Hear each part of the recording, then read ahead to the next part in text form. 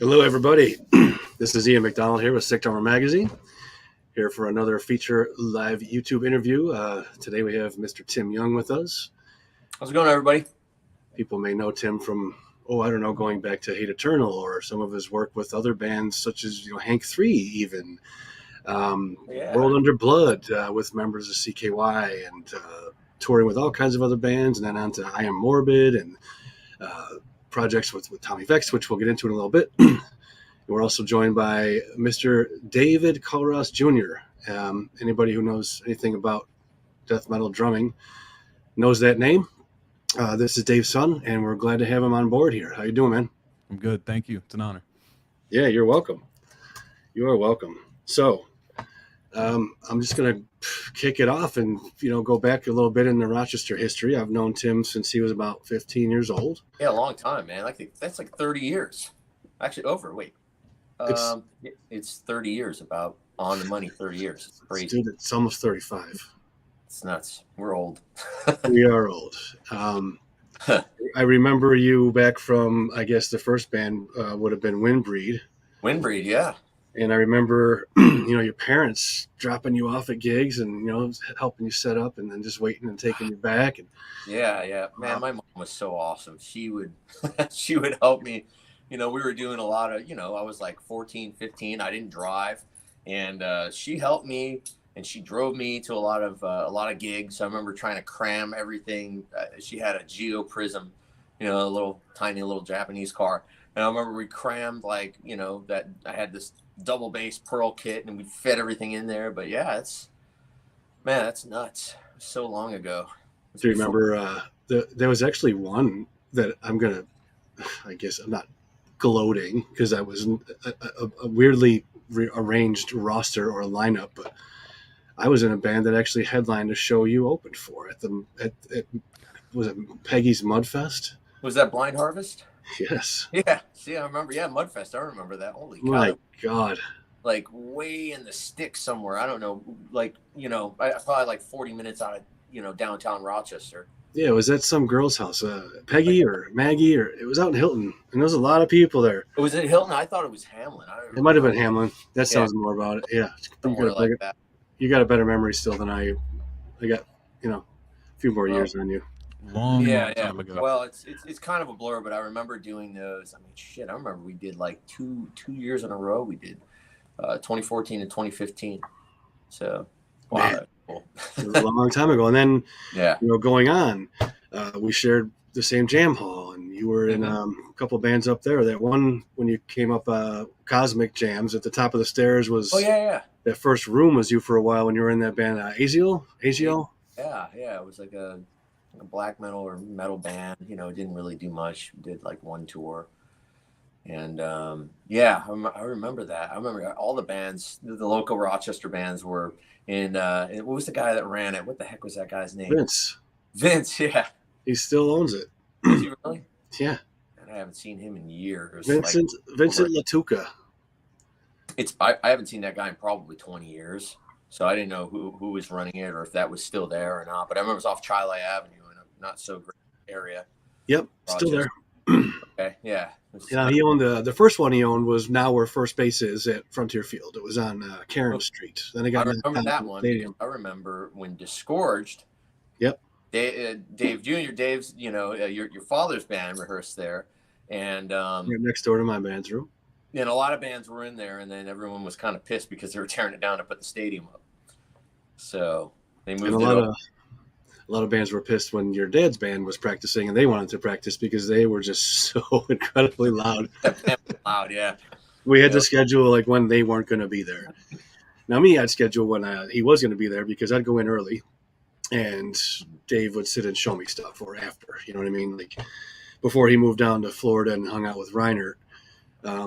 Then he came back up, and we had our jam rooms next to each other, and I'd go in and I'd be like, hey, show me textures or show me, whatever else off Focus. And he would be like, all right, check it out. This is how you play it. He knew the whole album, like days. Yeah, all of it. And then, I think Sean showed him a lot of stuff. He did. They lived together for a bit. Yeah. I know that my old man worked at one of the music stores in Rochester for a couple of years, one of the drum stores there, right? He did up in Gates in Westmar Plaza. Yeah, Cadence. Are they still there? No, man. They lasted quite a while, but they shut down a few years ago, I'm pretty sure. Yeah, well, it's really hard because, Guitar Center, although it was kind of cool, it was neat, it was like kind of a blessing and a curse because it had a really hard ripple effect on a lot of the smaller mom and pop music stores everywhere. I mean, not just Rochester, but all over the country. So, I know it was kind of difficult, but on a cool note, Cadence Music was really cool because it carried a lot of stuff that no one else carried. I mean, you still had, I remember, do you remember Ensembles on Westridge Road? I took a couple lessons at Ensembles from both Phil Anselmo, who passed away probably 8-9 years ago, I believe, at this point. Passed away? Yeah. Oh, man. I also took a couple lessons from Steve Egan, if you remember him, who was in No Camouflage.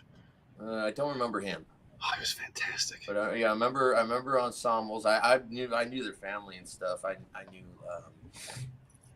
I went to school to the kids and whatnot. And no, it was that place and Dewey Music. If you remember Dewey Music. Dewey Latta, yeah. Of course, everyone knows House of Guitars. Even people that aren't from Rochester, New York, everyone knows House of Guitars. And if you don't know House of Guitars, then look it up because it is one of the most unique and interesting and almost like a historical music store. They have so much stuff. There's no music store like that on the planet. I've been over 100 countries and I've never gone to a place like House of Guitars.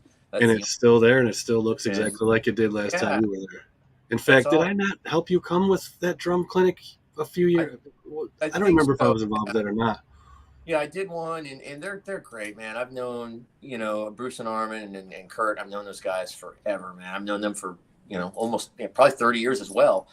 And they were really helpful. We tried to do one a few years ago, and I had so much going on, and I don't know what had happened. It ended up kind of being an ordeal, and I felt really bad. I had to cancel it. And I haven't really done any clinics in a while, probably since I think that one, maybe 2014, I think, 13 or 14. Yeah, that was fun. I was standing on the backs to your left, and Chris Dawson was next to me, and on your right, I could see across the entire stage behind this, like, it was like a Trace Elliott amp or something. Your dad's head was like peeking over the top, and I was like waving at your dad, your mom, and I think your sister might have been there too. I don't remember. Yeah, I think they were. So funny. But yeah, Rochester has that, and they also have the Eastman School of Music and the Hochstein School of Music, which are also world-renowned schools. Yeah, absolutely. Actually, I studied with a teacher. He was an Eastman teacher, Steve Curry. And showed me a lot of. He showed me a lot of stuff that I didn't know, and he really helped me on my technique. My technique before I was going to him was, it was a little. Not as good, so he helped kind of square that off and really got me started on a track where I can progress a lot more. So, Steve, if you're watching, thanks. Yeah, you'll see this eventually. I learned a lot. Now. Yeah, I learned a lot from that guy in the short amount of time that we that I was his student. So, and I learned a lot of some fusion jazz type stuff. I was really during that time I think a lot of the drummers, all of us were just in awe of Sean Reinert and how he was able to incorporate other genres of music with extreme metal. No one had ever heard that before. It was like, whoa, this is crazy. What is this guy doing? It's like Vinnie Colaiuta with fast blazing double bass, just fills and shit I never heard, man. He completely changed the way I looked at drums. You and an entire generation and generations to come, and unfortunately there will never be another Sean or anybody like him. He was definitely one of a kind, man, and he was. Changed it for me. He changed it for so many. Absolutely, and he was a wonderful human being as well. He was just a great guy. So, I definitely miss my brother. Yeah, he was awesome. But a lot of hangs, you and I and him. Oh yeah, I remember we did that sick drummer camp, and we got hammered. Like me, him, and Derek Roddy, and all. We were just drunk on one because they had all the wine there. And they're like, here, I think there was they had boxes. They donated, yeah. There was a winery around the corner that donated a bunch of wine to the camp, and then that Lagunitas brewery donated cases of beer taller than me, and it was great because all the instructors shared that one house, which was so much fun. Yeah, we were all in there, and we had like this drummer slumber party with wine and beer, and we were all drunk, and we were like, check this. We were looking up all these, all these drummers on YouTube, and hey man, that was awesome. Yeah. I remember Derek was freaking out over Ronald Bruner Jr. videos that entire week. Yeah, we were watching Ronald Bruner Jr. We're like, check this dude out. It was that was an awesome hang. I remember we drove up. I got there a little late, but we had a hell of a time. And then we all kind of did that drummer circle with everyone playing, and we switched everyone on everyone's kits. That was a blast. It was a great time. We've still got a lot of footage from that was never released. Maybe one of these days it'll see the light of day. I was going to say, I think Lozano was talking to me about that. Yeah, he was the tech for the camp. Yep. Yep. Him and Dane Cook. There's two of them. And then I had Jerry Foltz was the sound guy, also known as Dross back in the day, who's not drummer anymore. He actually has become a minister. Really? Yeah, which is cool because that dude went through a lot of bad times. So he's cleaned up and doing very well. He's married. And we got some greetings here from Argentina. We got some greetings here from Rio. Hey, awesome, man. Thanks. Haven't been down in Brazil in a while. Manila, Philippines. How you doing? Thank you for joining us, everybody. Yeah, thank you. Well, here's a friend of yours. What's going on, Brett? How you doing? What's up, Brett? We're going to hang soon. Yeah, there's a couple others here. We'll just throw them back and forth. But so yeah, Rochester. Give me a little bit. I know for the fans and the people watching and listening now and later who haven't maybe seen interviews before of you, and that's highly unlikely. But can you just give me a little bit of background into maybe what kind of music you listened to in your household growing up, and then what band or drummer or drummers that you heard that made you go, I gotta be a drummer? Yeah. Who was it?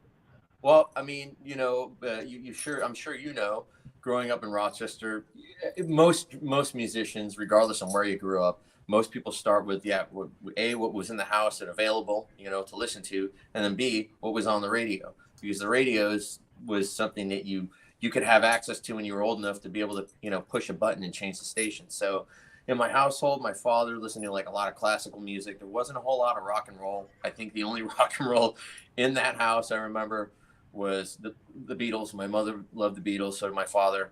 We some Bee Gees stuff, CCR. So there was Creedence, and then I remember seeing Pink Floyd, Dark Side of the Moon, but I think before that, when I was a kid, like 3 or 4, I had a babysitter that lived across the street from my parents. My parents would sometimes I'd go over there and they just drop me off, and she was a teenager. Well, she had this stack of Kiss albums, and I remember seeing Kiss, and I remember just saying, "Wow, it's so awesome!" I loved it, and I loved Gene Simmons. He was my favorite. So I remember seeing those albums, and I remember playing it. I remember Rock and Roll All Over, because that was one of my favorite records. And then, of course, Destroyer. I loved in the beginning, the intro where the guy's working on his car, and then he drives, and you have that whole cool intro. And I think that was I loved it. It was like, I don't know. It didn't really get much better than that. And then as I got older, the radio, the 96 CMF, remember that? Absolutely. I remember that. Yeah, he's still around. Is he? Not on CMF, but he's still around, yeah. Okay, right on. Well, I remember 96 CMF, and 96 WCMF was a Rochester radio station that played a lot of Led Zeppelin. They played a lot of Rush, and I remember hearing Jimi Hendrix and Yes, and America, and a bunch of other bands and a bunch of others. They played a lot of 60s, 70s era rock, and I really liked it. So I grew up hearing a lot of this stuff, and as I got older, there was no internet, of course. It was a different world back then. So where you could find vinyl would be at garage sales, thrift stores, stuff like that. So I would try to find, stuff like that, or even a friend of mine's, friend's house, a buddy of mine when I was a kid down the street, his dad had a bunch of vinyl. And I was like 8 or 9. And I remember seeing this album, and it said Sabotage on bright red lettering. I'm like, Sabotage, and then on the top left corner said Black Sabbath. I'm like, this looks cool. I put it on, and I remember the record player motor was broken, so you had to spin it. And the first riff I heard was Symptom of the Universe, and I was like, holy shit, this is amazing. Like, this was incredible. That changed my whole life. Like, that moment. I remember that clearer than losing my virginity. It's crazy, right? But it was like a whole revelation, you know, like a light bulb, or you know, it's that life-changing experience, you know. So Black Sabbath really did it. Kiss and Black Sabbath, and then anything I had access to on the radio that I liked, I just gravitated towards, and I would try to find it or look for it, you know. Wow. It's amazing that you remember that better than losing your virginity, which is only a couple weeks ago, right? Yeah, you know, last week. It's insane. I know. So speaking of you being in, you know, that whole melting pot of such great musicians in Rochester, like, were you guys just kind of feeding off of each other while, you know? Yeah, absolutely. I remember seeing your father, Dave, you know, Dave Call Ross, you know, senior, and man, he was just such a monster. He was like even like, I'm looking back and I'm like, man, at that time he you know, your dad was like, he had to have been like 16, maybe 17, and just an absolute ripper. Like, everybody was just like, no one had ever seen, even local or even national acts that would come through Rochester. There weren't a lot of guys that could do that and play like that. So he was really like, he was kind of like on the top. He was on the top. I remember me and Braun Daler watching Dave Carlos going, holy shit, you know, and really cool. And before all the internet and everything and the digital world, there was tape trading and just observing what the other guy was doing, and or I'd hear him play something. I'm like, how do you play that? And I'd watch, and a lot of it was just watch and learn. That's just how you learn things back then. And maybe that's still relevant. I still think people do, you know, watch and learn. That's, you know, that's all YouTube is. It's just observing other people. And it's a lot easier because now you have tutorials and walkthroughs with directions, and we didn't really have that. But yeah, I think everyone vibed off of one another. It was really cool.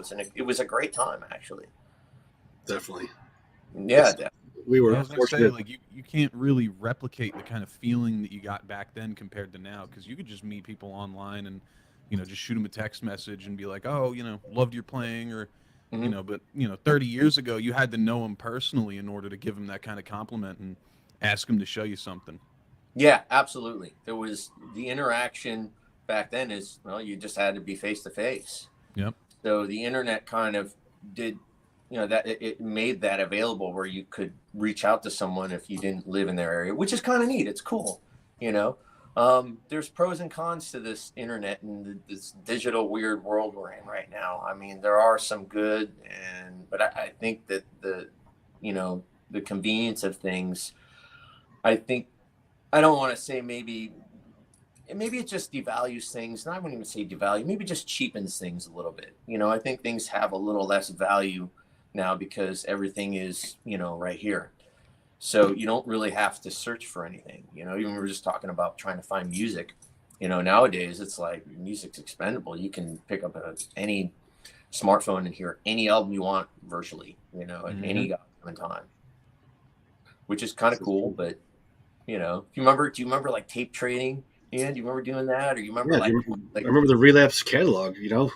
Yeah, I remember record stores like Record Town or Lakeshore Records, Record Archive. Yeah, you remember Cabbages?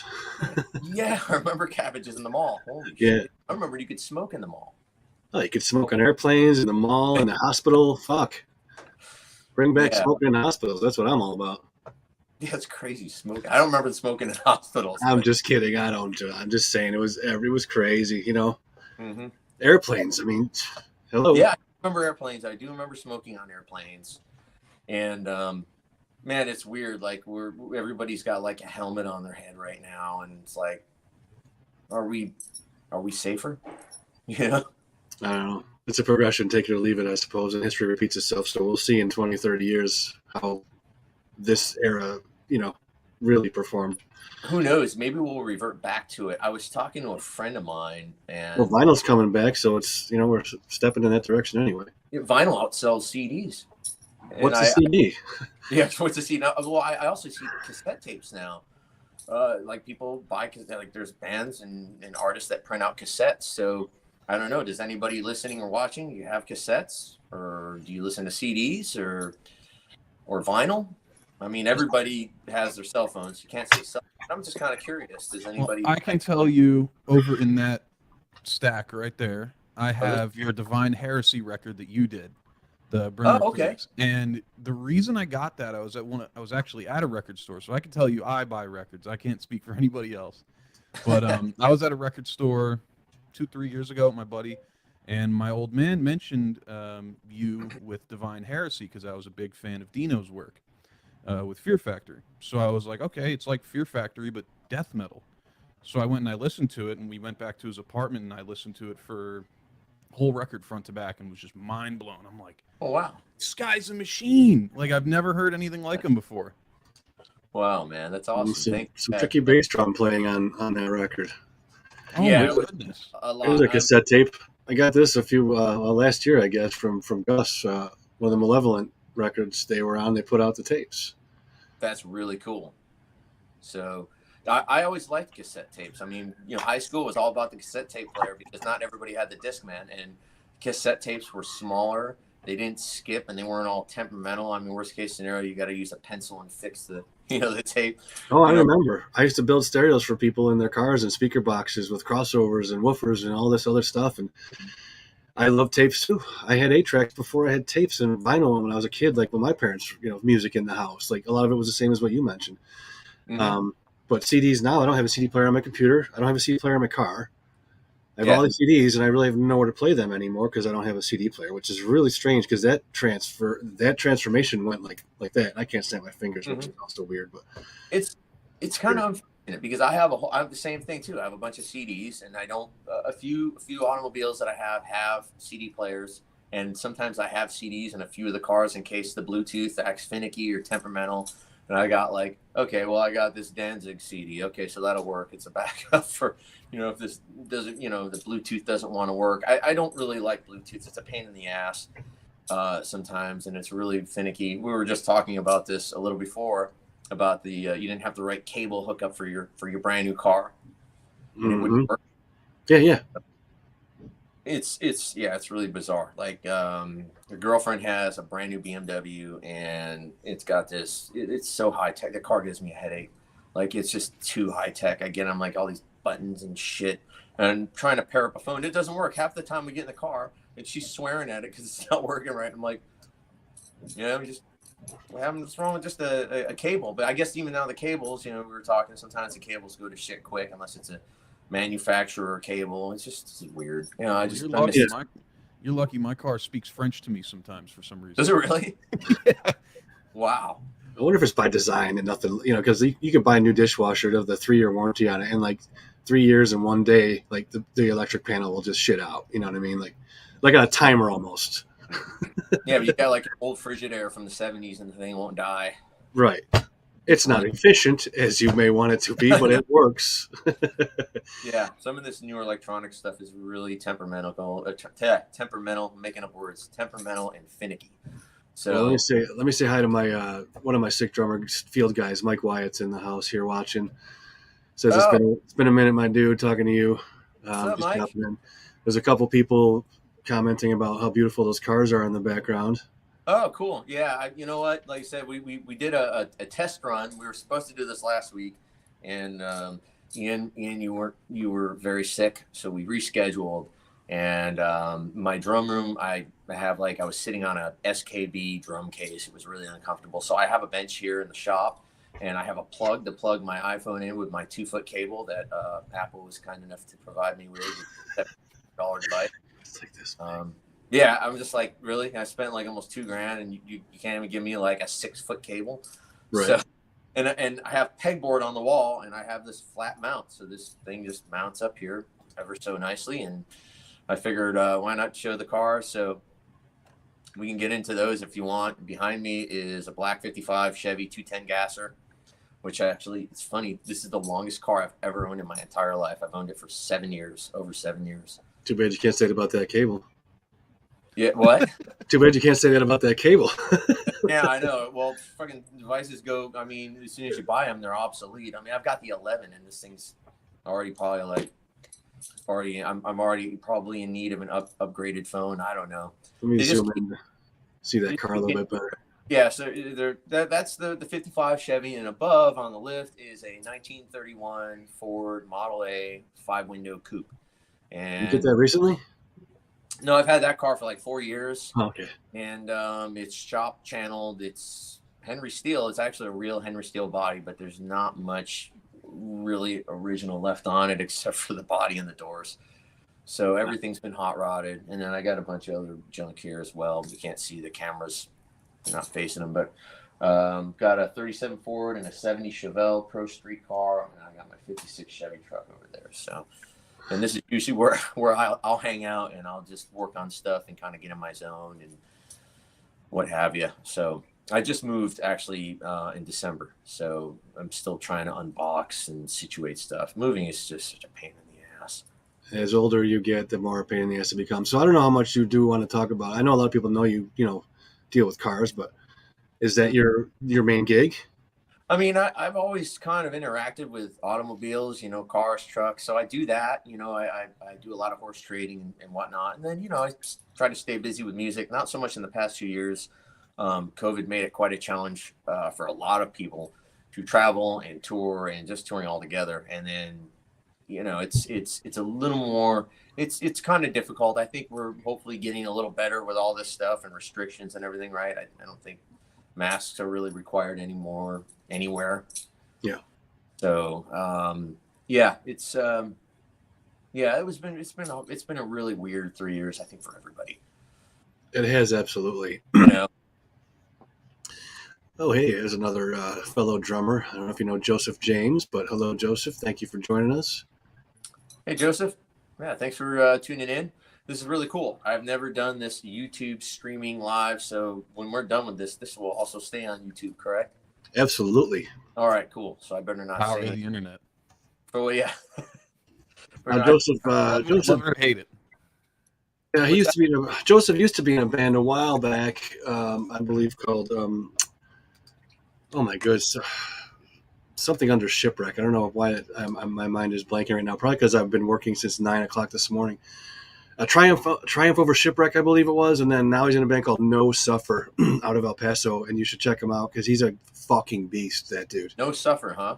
Yeah, KNOW Suffer. Oh, okay. Yeah, I'll check it out. I haven't, man, I've been so out of the loop with what's going on nowadays. I try to stay relevant with what's going on. Anytime I see something that you post up, Ian, I usually check out the drum cams. Oh, thank you. Oh. Yeah, I don't care. I love to watch. Watching drummers is fun. I think even people that are non-drummers can also vouch for that. So we are, I guess we're very amusing and animated musicians to watch perform.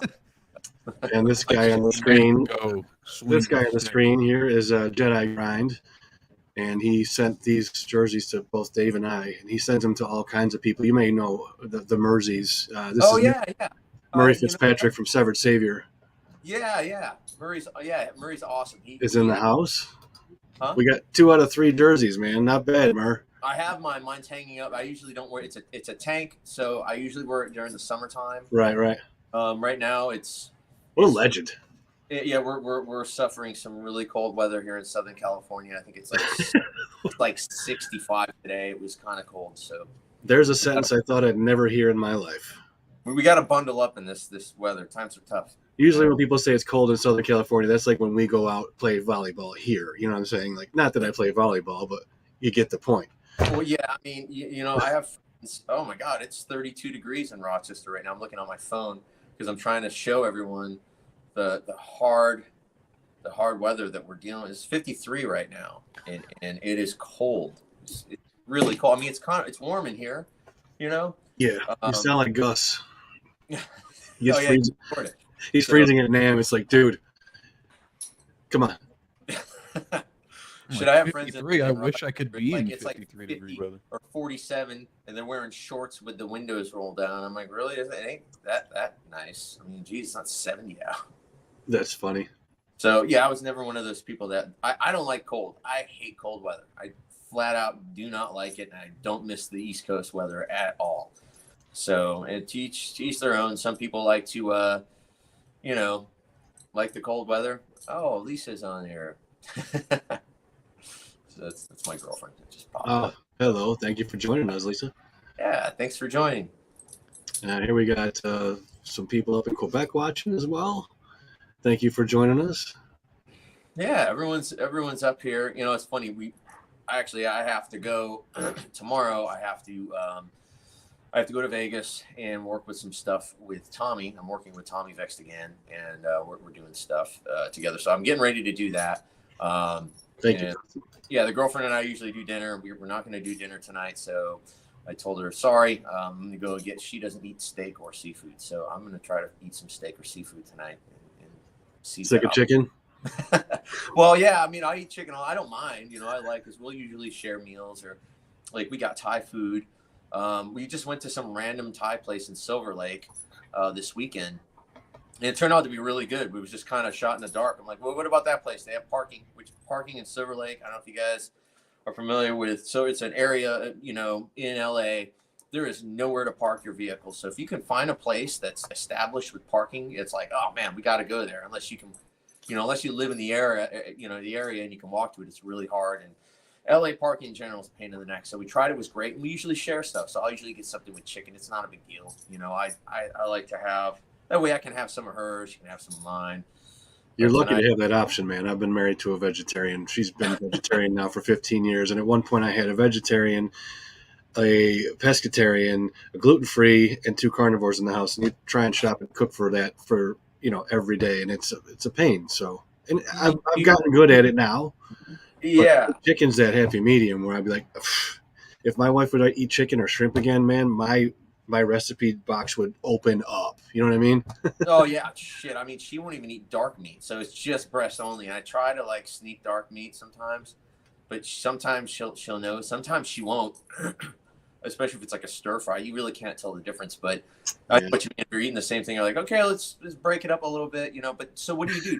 Do like a big vegetarian dish and then add chicken on the side? I'll do that with soups and chilies and stuff. Yeah.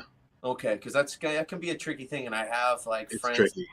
They'll do that like, okay, well, you know, this person in the family, they don't eat this, so I start with a vegetarian, and then, or they'll do a main dish, and then they'll do a vegetarian dish on the side, or a vegan dish on the side. Yeah. Well, when I had the 2 girls living in the house, it was cool because I could make 1 batch veggie and 1 batch not, and it would last. But now there's just the 2 of us.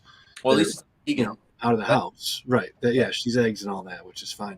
Mm-hmm. Yeah, it's harder now. It's just 2 of us because I don't want to make a whole big 2 pots of stuff because they'll end up going bad or freezing it. And my freezer's already full of stuff we haven't finished yet. So yeah, mine as well. So I haven't really usually soup. I'm really big on soups. So good. I make a lot of stuff. Well, when it's as cold as it is out there, I don't blame you.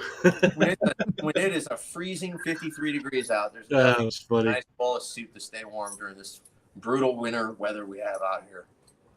That's awesome. Yeah. It's funny, you talking about the weather in California reminds me of when I talk to my dad about the weather, because he's out in, you know, somewhere down south, and I'm up here in the cold in Long Island, and I'm like, oh, you know, texting him, I'm like, it's 32 today, it just snowed, and he's like, I'm out golfing. Good for him. Yeah, it's, you know what, that's the nice thing about the, you know, being, you know, with your south or west or, you know, Midwest, it's pretty cold. But if you're, you know, the Carolinas, Georgia, Florida, it's great. I mean, I spent a lot of time in Florida when I was in Morbid Angel and a bunch of other bands down there. And I honestly, you know, I like the weather down there a lot. I mean, people complain about it being muggy, but I would rather deal with a muggy summer. You know, what do you have, like 3 months out of the year it's muggy and kind of compromised, as opposed to, you know, upstate New York, which I love my friends and family there. I love the simplicity of the city of Rochester, but it's just so damn cold. You get what, 5 months of good weather, 6 months of good weather? I don't know. Maybe more. Maybe I'm wrong. Tim, it's so different now, man. But yes, that is accurate. But nowadays, I can't compare. Really? I've shoveled 3 times this entire winter, and you know, back in the day, that's not how it was at all. You know what I mean? What's the change? Is it like global warming or something? You're just having a mild winter? Because a few winters ago it was like, it's not mild at all. It's a progression, and some could say global warming. And you know, I'm not going to get into a political discussion here, but I wouldn't want to open that can of worms. That's what it could be. I don't know, but when I was a kid, we had snowbanks at the end of the driveway that the plow trucks left, and they were there the entire winter, and they were big enough to build forts in and climb around in, and they lasted for 2.5 months. You can't build them anymore. I think it's just hit or miss with every winter. Seasons are different. Sometimes you have a really snowy winter. Sometimes you don't. I really think that we're getting into. I don't personally think that we're getting into like the world's changing drastically. It's just not. Eventually it'll get pop, and it'll take millions of years. I think, but I think really it's. I don't know. It's just you don't really know. Don't know. I don't know what determines the weather. But we've gotten a lot of rain this year here in Southern California, and we're not set up for all this rain. So when it rains here, everything leaks. Nothing is really built to withstand this much water. So you can go to like a Target, and there's buckets laying there because the roofs are, leaking. Or, yeah. They never been able to do the work enough to test if they leak or not, because there never was that rain for the testing. Yeah, it just never gets. We're just not built to get that much. But it's nice. It's nice to have to not have like everything dying here, because we had when it gets too dry here, then we have a really dry summer if we don't have enough rain, and then we have a lot of fires here. Yeah. So we got seasons. They're just a little different. Well, the progression here has been steady and noticeable. You know what I mean? I don't think it's just a rare, slow winter, if you will, because the last year was the same, and the last year before that was the same. And sure, there's a couple big storms, but nothing like it was when we were growing up. Nothing at all. Well, Buffalo got hammered this year. Buffalo has been freakishly hammered twice this year. Like I've seen pictures of, a storm there this year where you open your side door off your patio in your house, and it's up to the door. You're talking 8 feet, 10 feet in these drifts. I remember that when I was a kid a few times. Yeah. That's never, here, maybe it will happen again. I don't know. That was freakish, though. I mean, the Bills Stadium, that shot they had when that shut down, man, it was insane. I've never seen that much snow in my life. So that's an oddity, if you will. But anyway, there seems to be, there was just more people were jumping on here, and I wanted to just maybe kind of jump into real quick a question that came back, because you just mentioned Morbid Angel. Mm-hmm. If we could talk a little bit, if you don't mind, while there's more people on, sure. Can you tell us what was the situation with I Am Morbid? How did that go, and why are you in it at all anymore? Are you not? What happened? No, I left last year, and it was on good terms. David Vincent. I love David. He's like the older brother I never had. And I would joke sometimes. I'm like, you're like the older brother I never wanted. So.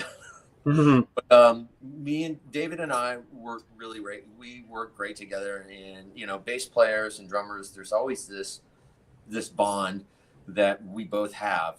Bass players and drummers. There's we're the meat and potatoes of a band. So you interact a lot with a bass player. Basically, what had happened is after Alluid came out, the album Morbid Angel album I played on that everyone hates. There was just there was a lot of animosity between David and Trey, because the response was really, the fans hated it. They released an album that I don't think they didn't really care about a lot of the shit that was on there. And I didn't know. I had no say in it.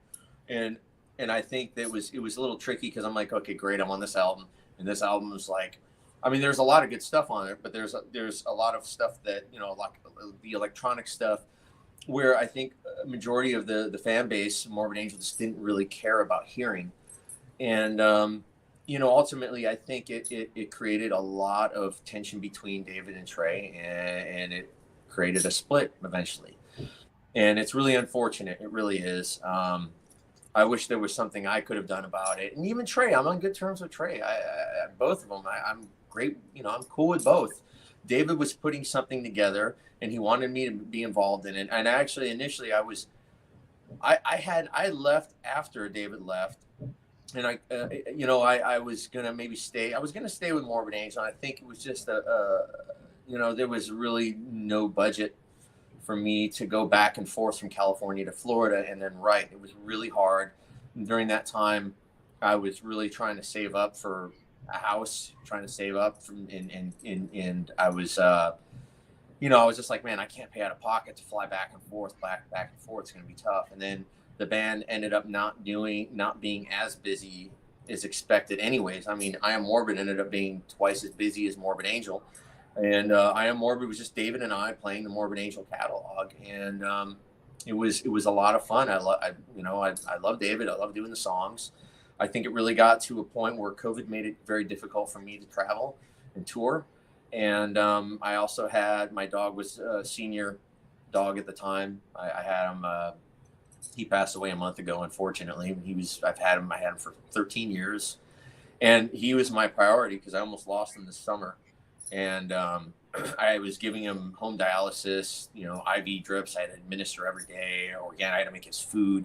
It was like taking care of him he was like my kid. So I think that was like one of the main reasons why I just I didn't want to tour for the rest of 2021, because I didn't know how much time I was going to have with my dog Sid, and I really wanted to take in every moment I had with him, honestly. And when David had gotten Pete to fill in, I'm like, you need to have Pete. You need to work with Pete. I mean, those are Pete. Pete recorded those songs. They crafted a lot of that stuff together. So as great as I could play those songs, they're not, I'm not playing, they're not my songs that I wrote. And Pete is a very special player. Pete has a very special feel, so we play those songs entirely different, very different. And Pete's just got a really, really awesome, he's got a very unique approach and feel. And, but it seems like they're doing great, and who knows if there were ever a time or something where maybe Pete can't do something, I would gladly, go back and fill in and go out with them. Not a problem. Yeah, that's awesome. Yeah. Now, to piggyback onto that, I have another question. I know that COVID screwed everybody up, with what they were currently active in. What are you currently active in? I know that you're working on that Bleed the Fifth, right? Yeah. So Tommy Vex and I, we were in Divine Heresy together, and we started what turned into Divine Heresy. We started in 2006, and then Tommy left. I continued to Divine Heresy. I just continued until 2010, and the band was really pretty much, it was laid to rest because Dino wanted to do Fear Factory, and that's what he did. And that was the end of Divine Heresy, and everybody went their ways. And from there, I went and I joined Morbid Angel right after that. I was really fortunate and very, very happy to get that phone call from Morbid Angel, because I was at a point where I was like, great, now what do? I have no way to make any money. I was really stressed out, and that phone call couldn't have come at a better time for me. For sure.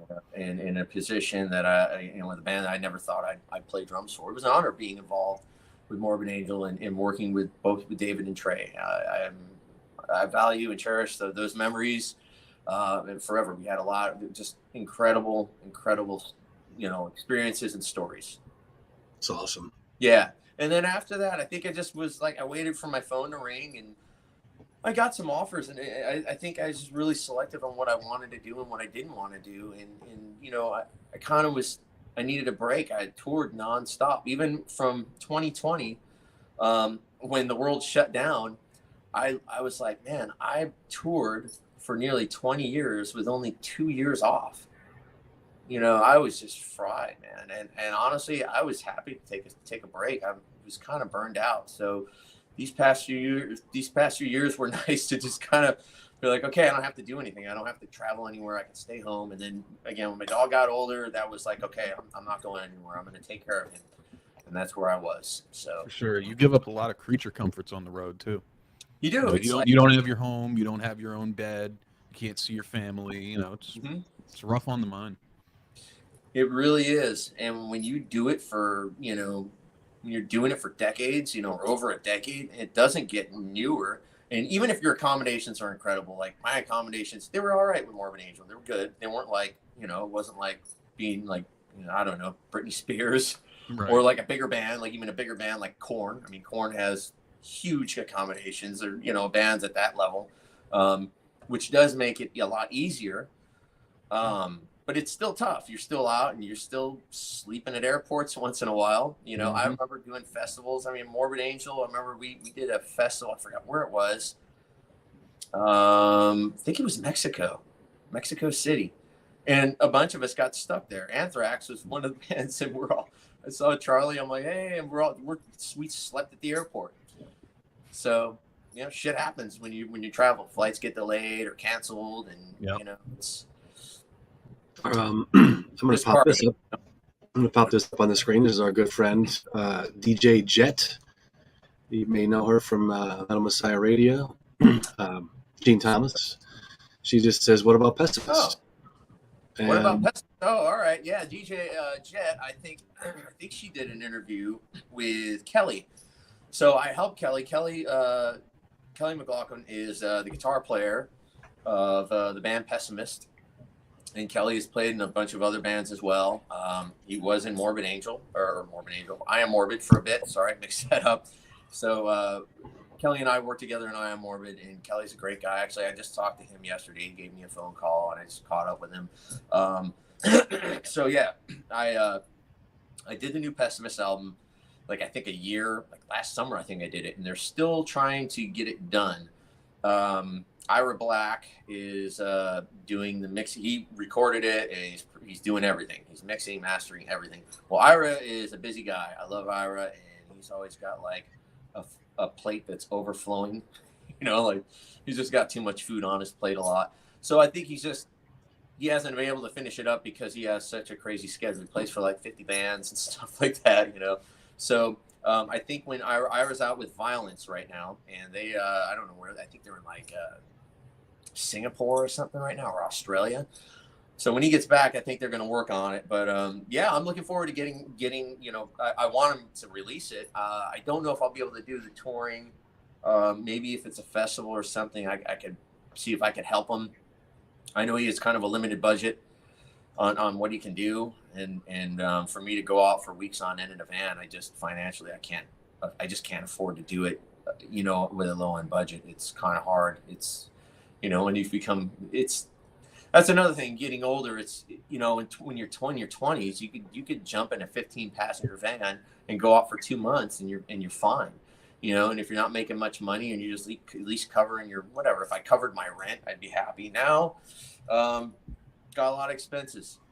Got 2 mortgages right now, so, and this lovely weather, you know, I gotta figure out what's going on with my other place. I think there's some roof damage, so there's always something going on. The more stuff, the more responsibility, right? And then what they say, being slaves to our assets. But you know, I'd like to get out again. We'll see. I think that Tommy and I we are planning on going out. I'm going to do his solo stuff.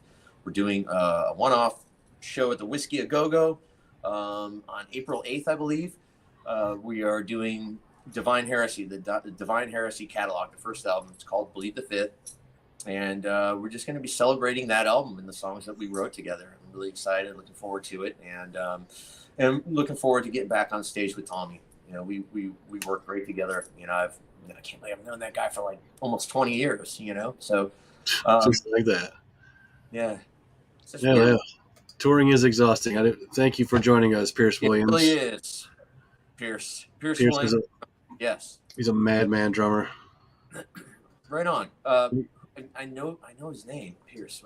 Skeletal Remains would maybe be the biggest one recently that you would know him from, but he's in like 30 bands. I can't. My brain is fried today, so I can't. Every drummer nowadays. Yeah. And I think Pessimist was looking to work with. They were working with Lozano, actually. Yeah, they were. Okay. I don't know if he's going to be doing any touring with them, but I know he went and jammed with them. So. Yeah. Kelly told me about it, and yeah, that's awesome, man. That's really cool. I was really happy to be involved and help him with the album, because I think that it's been a while since Pessimist put out an album, and he wanted something that was really gonna, I don't know, he wanted a good high quality album, and I wanted to do the best that I could do to help him with that and help make the songs great, you know. So I he gave me a lot of leeway on what I could do as far as creativity, and that was really fun. So I had a great time doing that. I mean, I wish I could do more studio stuff, but it's kind of hard because nowadays everybody wants you to have like a home studio, like ready to go. Like, and I'm not Joe Producer. I just don't know anything about any of that shit. I can barely work this iPad. So I've got a Roland TD30. I don't know how to work it. Just I turn it on and I know how to play it, and I turn it off. But I'm so low tech, man. Enigmatum was the other name of the band that was one of Pierce Williams' bigger bands, but he fills in for a lot of guys, and he's one of those just dudes that he'll just learn a set and kill it, and that's it. From anything like Skeletal Remains to stuff as difficult as Vitriol. You know what I mean? Just okay. I've heard Skeletal Remains. I think I may have seen a drum cam with him. Yeah, it's fantastic. Thanks for joining us, dude. Appreciate it. Yeah. Thank you. Yeah, I'm going to have to check out, you got to give me a list of stuff that maybe I'll just go on Sick Drummer website and check out some drum cam stuff. But whenever you put some stuff up, I'll usually watch it. I think a John Longstreth video popped up. I was on YouTube looking up something and I saw that. So I clicked on, he's a ridiculous dude. Yeah, you can just rabbit hole our channel or rabbit hole our live Facebook playlist on Facebook, on the Sick Drummer Facebook. There's hundreds and hundreds and hundreds and hundreds of videos of live streams, and our YouTube channel now, there's over 1,400 videos. So there's plenty. There's maybe even more. There's maybe more, but I'm tired, so I apologize. I'm hoping that we could get some footage from that Bleed the Fifth thing going on in April. Yeah, I would absolutely. love to see some footage of that. Yeah. I want to do a drum cam setup. You can record us with your TD30. Yeah. I'll lug the TD30 there. It's got a camera in it. Oh, wait, no, never mind. You know what? It could for all I know, and I wouldn't know how to work it. Thank you. Yeah, I'll probably use this iPhone and set it up and have whoever. I got to get on it. I don't have anyone. I don't even have a tech right now. I'm so out of the loop with everything, and just the past few years, just taking a break. It's like crazy to get back and start doing stuff again. But I'm excited. I'm excited. I can't wait to get out and start doing this one-off show. Should be really fun. Well, next time you need a tech, hit up Lozano. Is he? Where is he at? He's not in California. You'll see him tonight if you go to that show. He's teching with Suffo. Yeah, that's right. He's in Texas, I think. Right? No, he's on the. I want to say he's out in Cali now. He's in California. Yep. Okay. He lives in California. Yeah. If I can get out there in time, it would be great to meet him. And you met him at the drum camp, dude. Oh yeah, we're Sick Drummer Camp. He was the tech. He was the drum. Well, you set up your own. Right, yeah, all right, I do. Yeah, all right, yeah. Okay, so we've met. We've been yeah. That's been so long. I remember just pulling up last minute, and he helped me get everything out and set it up. Yeah, we got in like. I know, and I fucked you that night. I'm sorry. No, it's all good. He comes in from a 7-hour drive, and I'm like, "You got to play tonight, dude." He's like, "What?" But he nailed it. Yeah. I was like, "Fuck it, I don't care." And it was rain. Was it raining really bad that night too, or no? I think we did. Yeah, we ran into some weather because I had this huge lifted Tahoe, like lifted on 35 mud terrains, and I bombed that thing all the way up to Northern California with my drums in there. I'm like, man, it's a good thing that this thing was covered because, it was, everything would have gotten soaked. All I have is a truck now, so if there's weather, everything gets soaked. Speaking of that terrible California weather, I saw a couple shows get canceled, like on the West Coast. If I'm speaking of Fear Factory, the first Fear Factory tour got canceled because of snow and really? Near San Francisco, like right outside San Francisco, and it looked like a scene from a Buffalo news footage. No kidding. I mean? It was crazy. I had no idea. So when you go back out again, are you still playing?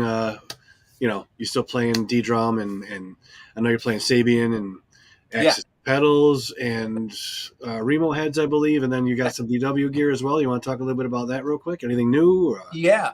Well, I'm currently still playing Dominion. Not Dominion. I have a Dominion kit, a D drum. I'm playing D drum, so I am playing. I have a few Dominion kits. And I have a Reflex kit. The Reflex is the rock kit. It's like a 24-inch kit with the 13, 16, 18, or maybe it's 14, 16, 18. I think it's a 13. that's just kind of my rock kit. And then as far as my primary kit, it is a Dios. It's a maple kit.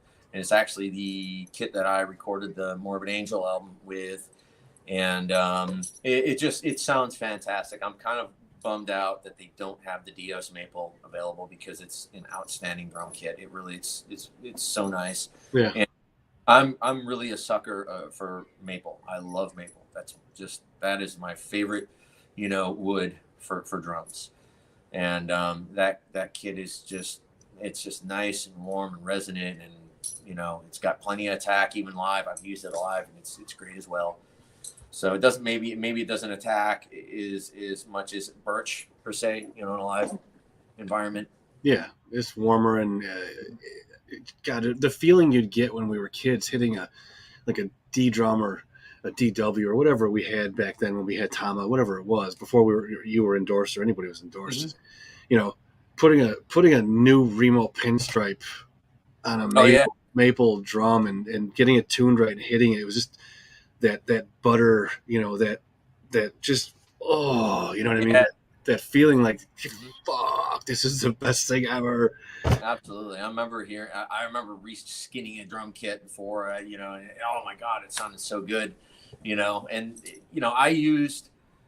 I had that Tama kit, which I bought off of, I bought from your father, Dave, and that was a Tama. I think you told me about that a while ago, or when we did the meetup one. Yeah, I still have it. It's a Rockstar DX. It's like a 91 or 92, and I think your father ordered it from House of Guitars, and he had a special order 2 of the drums, and I still have that thing, man. It's so beat up, but it's it's not really. I don't think I'd sell it. There's no need to sell it. I used to run Emperors on that, clear Emperors on that kit, and that thing has those those power toms, the early 90s kits, and it's so freaking loud. You said Rockstar, not Artstar? No, it wasn't the Artstar. It's the Rockstar. So it didn't have full lug. It had split lug? It's a one-piece lug. Really? Yeah, one-piece I didn't lug. think any Rockstars had a full lug. Yeah, the Rockstar DX had the one-piece lug, top to bottom, and man, that thing sounded good. Actually, for a while, when your old man had it, he had clear ambassadors on it, and it was so loud. Is it white? Huh? Is it white? No, it's like a gun metallic gray. Okay, I know the kid. That's the first kid he had when he moved to Florida. He actually, I bought it. I bought it right before he moved to Florida, and I still have it to this day. I still have. Actually, I had it on. All right, hang on. Is that the one he had in that crazy multi-level racks? He had it on the cage, and then he kept the cage because I just bought the shells. Then he got a GMS kit, and he put the GMS kit on that cage. Got it. In Florida. Yeah, in Florida. And I built a Gibraltar cage for that kit, so I have a cage for it. And it just hangs out. I don't even think the cage isn't even hooked up right now or anything. It's in pieces and whatever. I have to at some point maybe get a lot of my stuff from New York. I got a ton of stuff at my parents' house still, and the Remo logo, good old Remo. Wow, I'm so happy. I couldn't even believe that I got that endorsement, and when I did, I was very happy. Same as Sabian. I love Sabian. I don't think I could ever leave Sabian. At one point, when I was touring a lot, I had been approached by Zildjian and Peisty. Like, they both offered me A-list endorsements, and I had to respectfully decline. I was like, I'm not leaving Sabian. I don't want to leave. And I love Peisty and Zildjian. I love both of those companies, but Sabian has always taken the best care of me, no matter where I was, what I was doing, how busy I was or wasn't. And they're a big family. I love the Sabian family. Sorry, that's my seat. No, that's fine. I mean, as a guy who, has had all of them as advertisers, I would never say anything bad about any one of them. They've all got great people and great teams, but I will say Sabian is a step above in that artist relations and customer care, from what I've heard. Department, and I've met them all, and they're just, they seem to endorse more drummers too than the other guys do, on different levels. You know what I mean? Like Zildjian and even Meinl now and Peisty seem to still, and always did, take on guys once they get to a larger level of status. And Sabian, lended its hand to guys up and coming that weren't as large status, and I think that Yeah. benefited them in many, many ways. And they're all Absolutely. great people. You know, the Tama family's great people as well. You know, D-Drum's, the Rubenstein family's great family, and they're awesome people too. You know, so Absolutely. Yeah. you're just checking all the boxes with good people to work with. Don't Yeah. even talk about Axis Percussion. I mean, Chuck and Diane are like two of the best people I've ever met. Or Karen. I told you I was tired. Karen No and Chuck. worries. Yeah. You know what? I really could say, you know, everyone, all of my companies, yeah, I'm very grateful to still, you know, be with, and D-Drum is like a big family. They've had some challenges recently, but I really have faith that they'll be able to get things going. And they're doing fine. I'm sure they're doing fine. I want them to release the damn Dios. So They'll be fine. Yeah, I can't believe I said Diane. What the hell is Diane? no, that's all right. You know what's crazy is I haven't talked to Chuck or Karen in a while, but I do want to reach out soon. And I reached out. I had sent Karen an email. I think she was really sick a few years. Actually had COVID pretty bad, so I sent her an email. And Chuck was sick too with something worse. Yeah, he's doing okay though. You know, and Remo, they've been fantastic. They always get me whatever I need. I'm really, really happy. DW hardware is really second to none. I think as far as hardware, I think DW they make the best drum hardware. I mean, I think second and third would be probably, I don't know, Yamaha and Pearl. You know, they make good stuff as well. I mean, all the companies have some pretty decent stuff, but I think DW really, they're the Rolls Royce of drum hardware. I don't think anyone comes close to their hardware. Yeah, it's great stuff. I mean, like I said, I'm happy to have all of the hardware companies advertise with Sick Drummers, so I like them all. But yeah, I like all of them too, but I'm just really partial to DW. DW makes great hardware. I mean, yeah, there's nothing. The Pro Icon racks are fantastic too. I mean, but I don't. Those are solid too, because you don't have any movement with a box, box tube steel or box steel. You know. Yeah, exactly. There is no movement. That's some of those early. Like I had a kit from the House Guitars back around the same time your dad probably got that Tama Rockstar DX. I had a Rockstar, but it didn't have full lug. Really? I got it from the House Guitars. I still have it. It's in my barn. It's covered up. It's been recolored since I bought it. I bought it when it was purple. Now it's green. But I had it on a rack. I had it on the Power Tower lock system way back in the day. You know, the Tama Power Lock. You know. I remember. Yeah, I remember. And it was round. And no matter what I did, even tape inside, over the bar, inside the brackets that tighten down on either side of the cylinder, crank that shit down, and it would still move. It would still move. Yeah. Nothing you can do about it. But the Icon rack did away with all of that. I have used the Icon racks before, and I would definitely say, yeah, I really like the Icon racks as well. They make really good, solid stuff. But, I think I've never had a problem with, the DW racks around. I haven't had any problem with them really moving around a lot. They're pretty solid, and I'm not nice to my gear. I'm really rough with all my shit. So that's Mapex these days has some really cool hardware.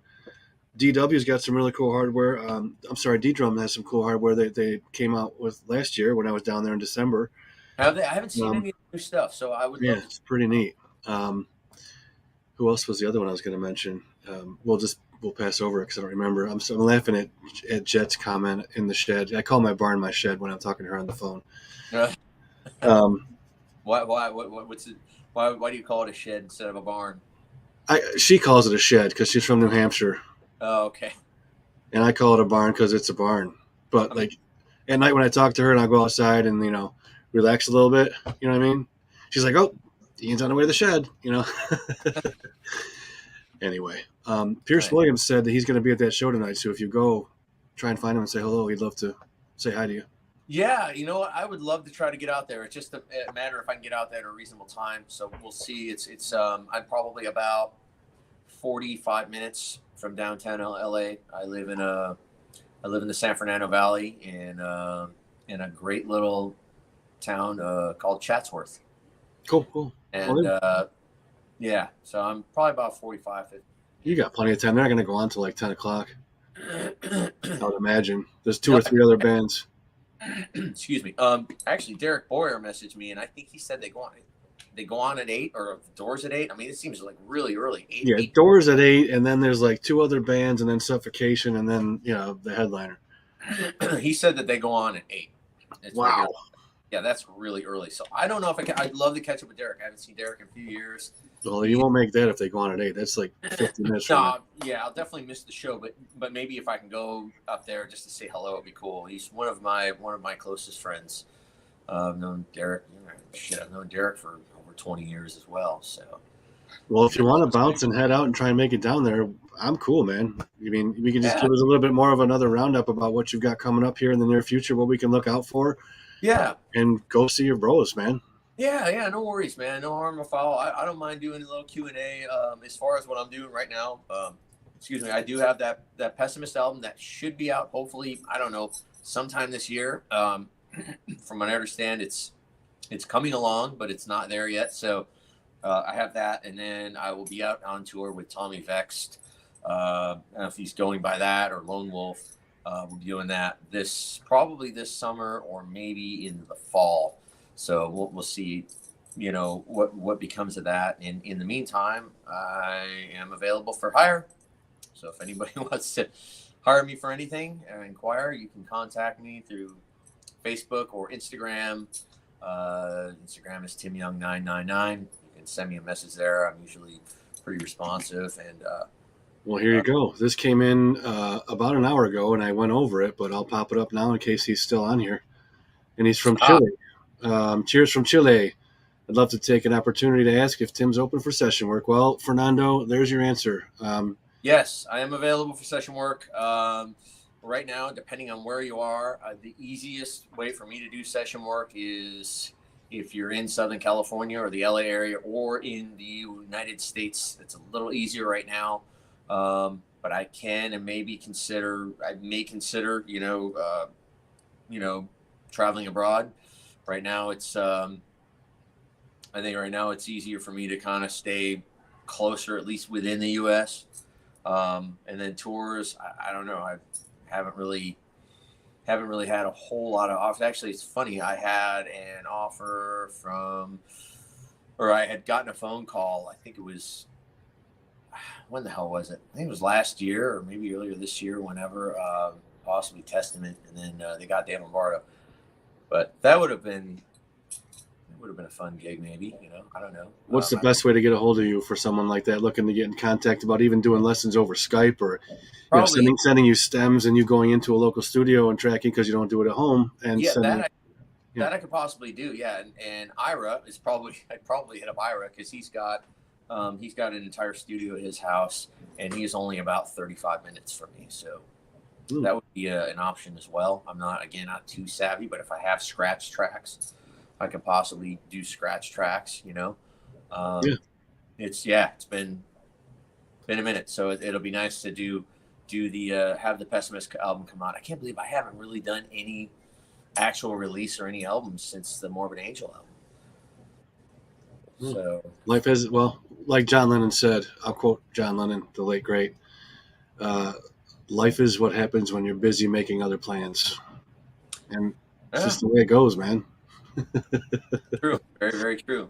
Yeah. And then, I don't know. I mean, if anyone has any other Q&A, I'm open for Q&A. I know, Dave, you had a list of stuff or a couple questions. I don't know if you have any other questions. I'd love them. More than happy to answer any of them, I had a couple just based off of, you growing up in Rochester, that whole melting pot. I know that you said that you did the clinic. Has your technique or anything changed up as far as double bass? Because I know that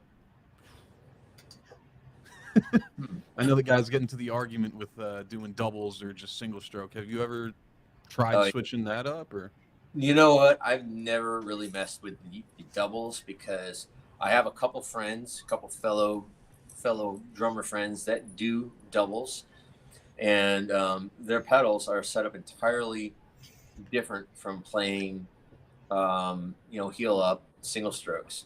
And the problem is when you're playing doubles, you really can't get the power of doing singles. So it's a really big compromise. If you're going to do doubles, then you're going to have your pedal set up where if you're doing singles, you're going to have not so hard hits. Yeah, I like to hit drums hard. Drums sound really good when you beat the shit out of them. I don't like to hit light. I like to hit as hard as I possibly can. So I've always been aware and mindful of that, even in blast, especially blast beats. It really drives me nuts when I hear a blast beat and the snare drum goes away or it gets significantly softer. So I always lay in, and I have this really weird, almost upper arm technique with my left hand. And I know it's incorrect and it's weird, but it works in a live scenario where the snare drum doesn't disappear and doesn't go away. It stays just as consistently loud as possible. And I talked. It's funny. I talked to Derek Roddy about this, and we would say the same thing. It's like the blast beat. The snare drum doesn't go away when you do the blast beat, but you hear it from time to time, and it drives him nuts too. And Derek is always mindful. He has a really consistent, as far as his velocity, he's always consistent with it. He's and your father, of course, he's just a gnarly hitter. Yeah, I've heard it. I used to be upstairs and I'd hear him in the basement, pop, pop, pop, pop, pop, pop. Yep. just working on single strokes and all that. Yeah, he's still one of the filthiest and precise, and the stick height on his blast was insane. And those heel up singles, man. Yep. This like the Lombardo style flying, and then he went beyond that. I mean, he told me that people used to actually call him the other Dave and talk about Dave Lombardo. Yeah, they did. I could see that. I mean, man, just all around, just great player, just consistent. And even watching him play, he always knows where he's at. Like even me, sometimes I'll do something. I don't know how I'm going to land that. I'm like, is this going to land? All right, let's try it. But he's just like, he's on. He knows exactly where he's at from start to finish. And he's just a blast to watch play drums. And that would probably be from doing drumline back in high school and all that. Yeah, and he was very fortunate enough to take lessons for a while, I believe, from another Rochester legend in the DCI world, which would have been William McGrath Jr. I want to say he did, but I'm not gonna because I'm not him, and I can't give that answer. I don't want to speak for him. He studied with Bill McGrath for a while, and Bill McGrath is a fucking legend in DCI. Yeah, he's a drum corps drummer, right? And his son is Brendan McGrath, who you may know from Rochester, who was in a few bands and hung out with Don Mercurio, who was another great drummer. And those dudes had a duo where they soloed and did a lot of Rush and everything else, and they're just fantastic players, all of them. Oh, that's cool, man. Yeah, that's awesome. No, I'm not, but I know that I remember he did study with them, and I think it's really important is just being consistent, and back to the double bass. No, my technique hasn't really changed at all. It's the same. I still have that heel up swivel, whatever the hell you want to call it, swivel technique, which is really weird. It was a technique that I developed on accident by my body just saying, hey, it's easy to move like this to do what you're trying to do. It wasn't something that I set out to do or learn, and no one was really doing that. It was just like, okay, do this. Now, I mean, a lot of these younger cats they're doing a great job. I see some crazy videos of these kids just ripping, but I like to have my pedals set up where if I want to play slow, the pedal doesn't feel weird. It's if I want to jump and play like Back in Black, I can do it on my drum kit. I don't have to change the pedal because it's set up for heel toe or double, right. Or whatever, But the double stroke is cool. But I just think if you're going to do it, I think your pedal has to really be specially set up to do that. And I think ultimately you're compromising how hard your singles are going to be. And that to me is a compromise I have no interest in doing. I want the drums to be hit hard, even though I trigger. I'll split with mics and triggers on the kicks live. But drums sound good when you hit hard. If I may interrupt here real quick, not that I thought that you were done with your point, I think, but if you weren't, I'm sorry. No, I'm good. I've never had to ban somebody from a chat before until right now. And I want to just put this out there. If your questions come up and I don't see it or I don't get to it in time, please take no offense. Some guy just got all offended, but his questions weren't questions. They were just him talking about him and all the stuff he had done. Opening for Slayer and Testament and Iron Maiden. I saw it and I just left it because it wasn't really a question. Yeah. He got all mad and he's like, oh, fine. I guess I'm not good enough, you pussies. And I'm like, block. Maybe some trolling. I don't know. Well, he was mad. Anyway, so if I don't get to your question or comment, I apologize. You can always comment it later on, and we'll try and get back to you. But thanks for joining us, everybody. Yeah, it's awesome to see some people on here, and I'm Wow. if anyone has any questions, someone he was aggravated. So I saw something. Yeah, he was. I'm not. That's funny because Jet's my, she's like my big sister. And Nice. here's a question for you. I don't know what's up with that, but World Under Blood. Is there any opportunity for anything new to work with Darren again? World Under Blood. Yes. You know what? I'm on great talking terms with Darren. We were talking here and there. He's coming up and visiting me and hanging out, and we had talked about doing something, but making it happen or trying to write stuff. I think we got together a few times and we were just kind of having we just, I don't know, we never stuck with it and tried to write more material, but I would absolutely love to write more stuff with Darren. I got along. I love the guy. He's awesome. We hit Me it too. off. Yeah, that album, that World Under Blood album that we did, those songs, they came together effortlessly. It was really naturally flowing. And I think it was just our chemistry. We worked really great together. He's an incredible musician, songwriter, and singer and guitar player. He's a very talented guy. And yeah, we worked really awesomely. I'd love to, and I would definitely be open for it. For those that may not know, we're talking about Darren Miller from CKY, Yeah. who I absolutely love. And I absolutely loved the World Under Blood t-shirt I had the years ago that I bought from you guys. It was black and long sleeve with the red World Under Blood logo. Okay. And I wore it to a Mastodon show at Darien Lake, and I hung out with Braun and his family the entire day. And his mom, his mom was sitting there with us at the picnic table in the back, eating dinner. She's getting cold. She's like, "Oh man, I'm cold." So I took off my long sleeve World Under Blood shirt and I gave it to her, and she put it on. She's like, "Oh, thank you. This is great." I'm like, "Just make sure I get that back at the end of the night before you go." And she stole it. It was never seen again. It was never seen again. It's in Braun Daler's mom's closet. Well, maybe Darren has some more floating around. Who knows? I never even got a World Under Blood shirt, so at least you had one. You can call Braun's mom and ask for it back if you want. It's probably shrunk enough by now. From me to you, it'll fit. Yeah, I would love to do it. I'm open for, I'd be open for that. At this some point, we'll see what happens. I'm not done playing drums, but nothing's really sparked where like, oh, I should go out and I should definitely do that. This is a great gig. It's been kind of whatever. Like, all right, yeah, I really can't, do that. Like the DIY, I don't want a DIY tour. I don't want to go in a van. I don't want to do that. I'm old. I did that in my 20s. I'm perfectly good with, remembering and having great memories of sleeping uncomfortably in a van, in my 20s and 30s, but not so much now at 44. I'm physically, it would hurt. Well, that may be a quick answer to this question. Any more chance of anything ever with Vital Remains, talking about vans? Vital Remains. You know what? Vital Remains. I don't know what's going on with Tony. He's not well. No, he's had some health complications, and I haven't talked to Tony in a few years. I kind of lost contact with him, and then the world went to shit in 2020. I wouldn't be opposed to working with Tony again. He's, I've known him for over 20 years, and I've got some great stories and memories with him. And I really hope that he gets well soon. I don't know what he's doing though. He's got a lot of material that was written, and he was going to release it. And I don't know when the timing was. And even me as a friend, I'm like, dude, when are you going to get out and release this stuff? You got to release it. He had some really cool stuff, and I don't know what happened, but hopefully he'll release it. I mean, sooner than later. None of us are getting any younger. Yeah, I don't know. I know right now he's not in a good place health-wise, so I wish him all the best. And I wish I had a dollar bill for every time he tried to have me find him a drummer. All right. You know what I mean?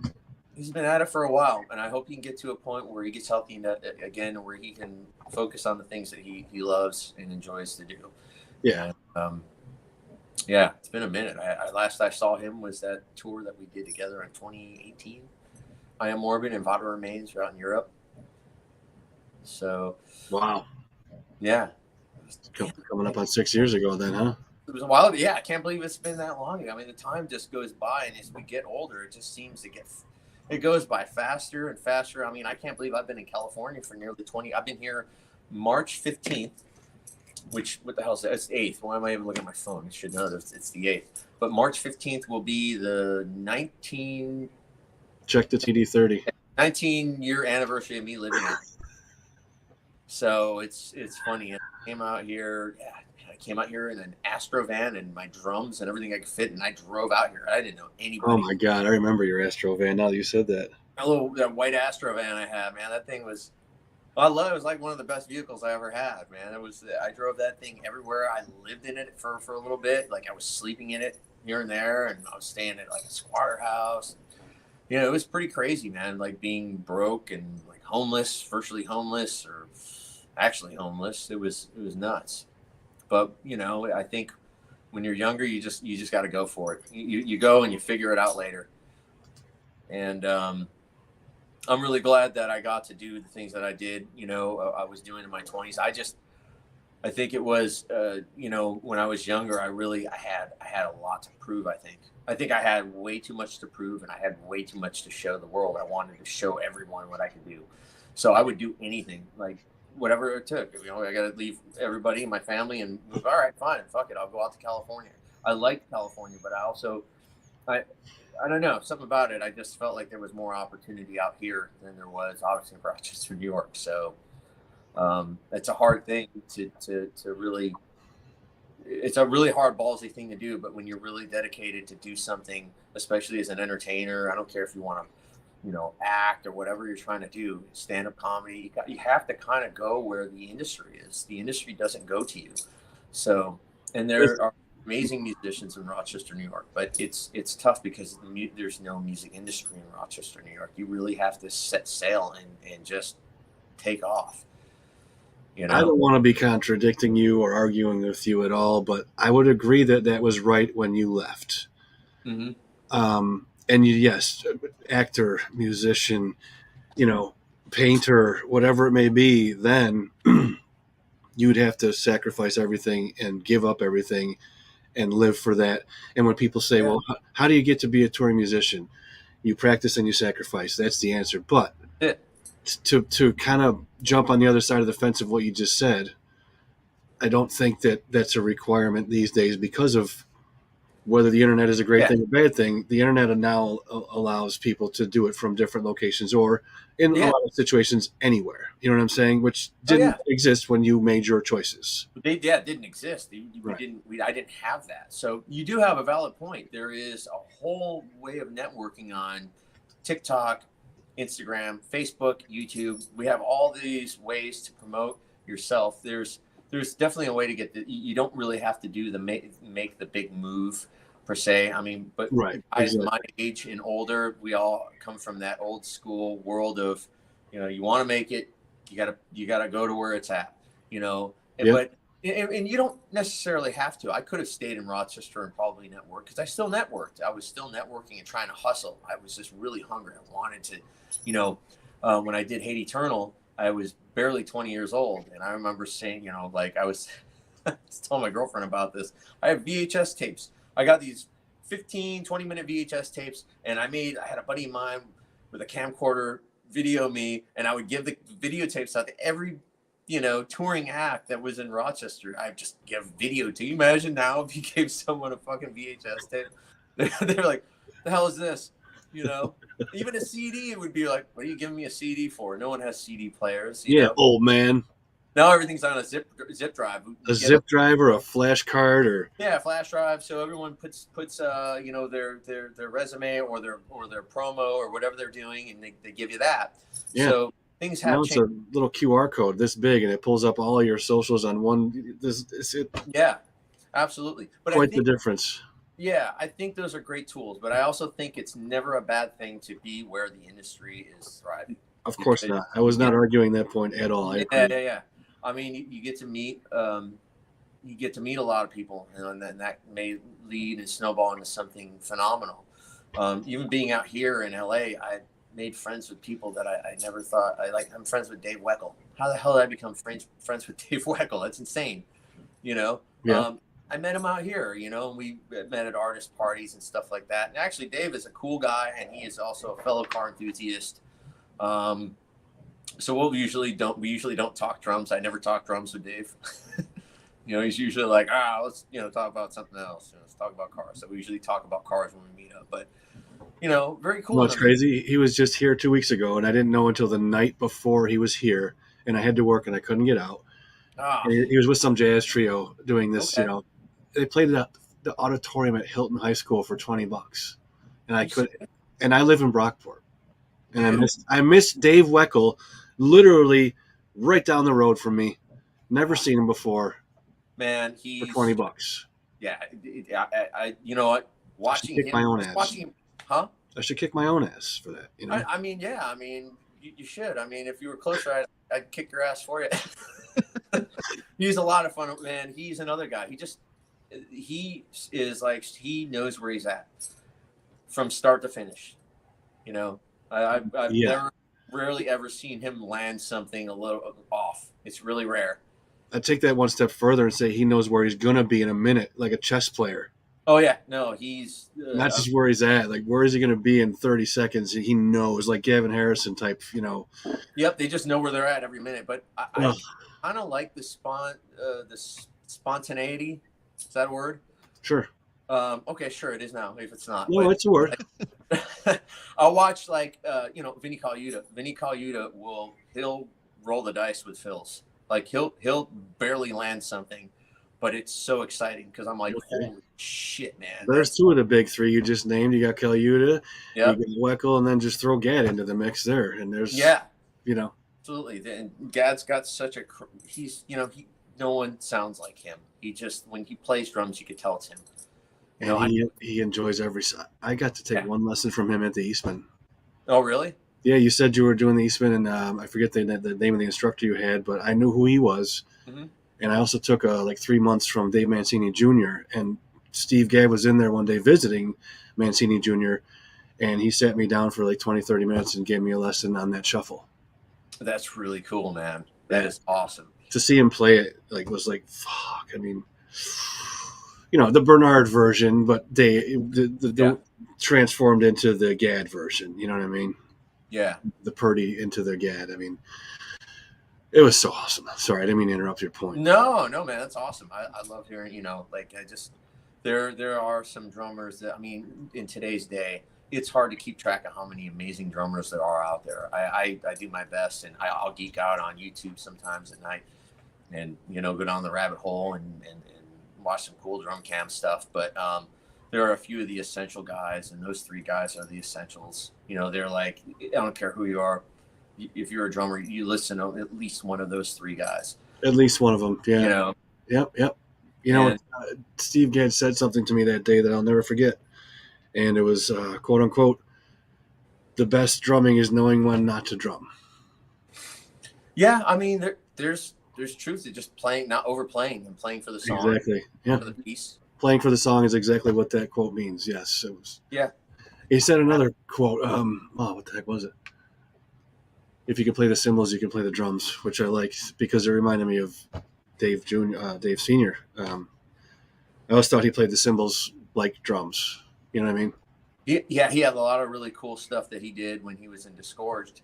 And it's weird because maybe it's an observation I had, but I think, you know, not everybody knows your father's band, Disgorged, the Rochester, New York band that he was in. But when he had joined Malevolent Creation and did the first album, was Eternal, it was the one album he did, that album when it came out, and the drumming was, you know, explosive, it was awesome.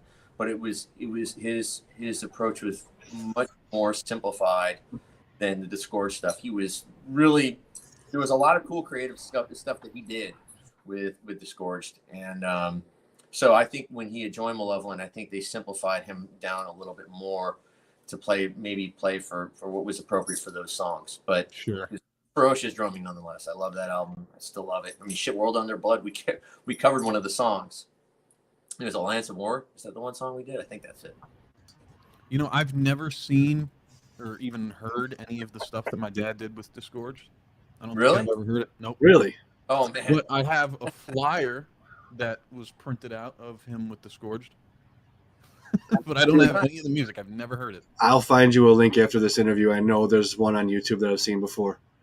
Like someone took a cassette and just ripped it to a video. Cool. You know what? The cassette they did a promo cassette on a 4-track, and it's really raw and unrefined.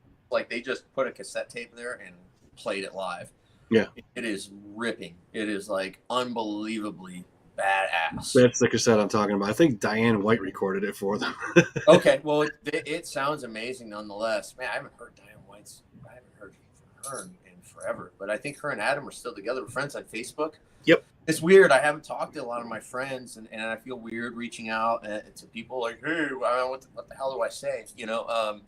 But it's cool to see, my friends, and see what they're up to. And I love to see everyone doing well. I really miss my friends and family a lot in upstate New York. And I try to visit a little more now that I have a little more obligation here in Southern California. I can't break free for as long as much, but I do want to try to visit during the summertime and get a nice Wegmans sub or DeBella sub. That's what I have for dinner tonight. A Wegmans Danny's Classic. Sorry, dude. You know what? They don't know how to make sandwiches here in California. They don't know how to do that. They can't do it. They're not capable.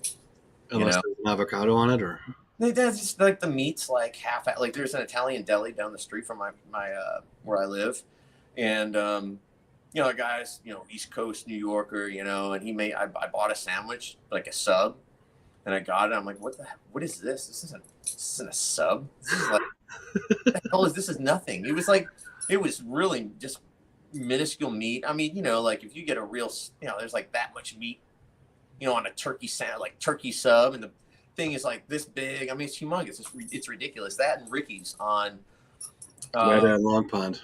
Yeah, Latin and Long Pond. I love that place too. They make amazing subs. I mean, it's hard to get a bad sub in Rochester, New York. What's funny you say that. It actually isn't hard, but I'm sure it could be done. I mean, I don't know how people like gas station subs is what I'm talking about. You know what I mean? Like, don't eat those. Oh yeah. No. But there's especially like where I grew up in Greece, New York. Oh yeah. Greece, New York, and a lot of Gates, New York. In Spencerport, there's a lot of Italians, and there's an Italian deli on every corner. Yeah. So you got Marticellos and Pinos and Salvatores. Yeah. They're all. I've been across this country and had subs, and nothing comes close. Yeah, I mean, we were talking. We're doing Romig's wings. Yeah. And I used to love their wings. I haven't been there in years, but I really liked it. There's another thing we can't really get. Good wing. If you want chicken, if you want wings here, you go to like Buffalo Wild Wings, which it's all right. It's corporate. It works. It's a job, but it's not the same. You want them here, you go to a dive bar. Yeah, those are the best ones in upstate. They are. There's and then the garbage plate, which I don't know if anyone knows the garbage. I mean, obviously our New York, upstate New York listeners and viewers know it, but the garbage plate is like a weird world renowned, or at least nationwide, kind of a phenomenon. It's like a bunch of slop, 2 cheeseburgers or hamburgers or hot dogs, and then you pick one of two, right?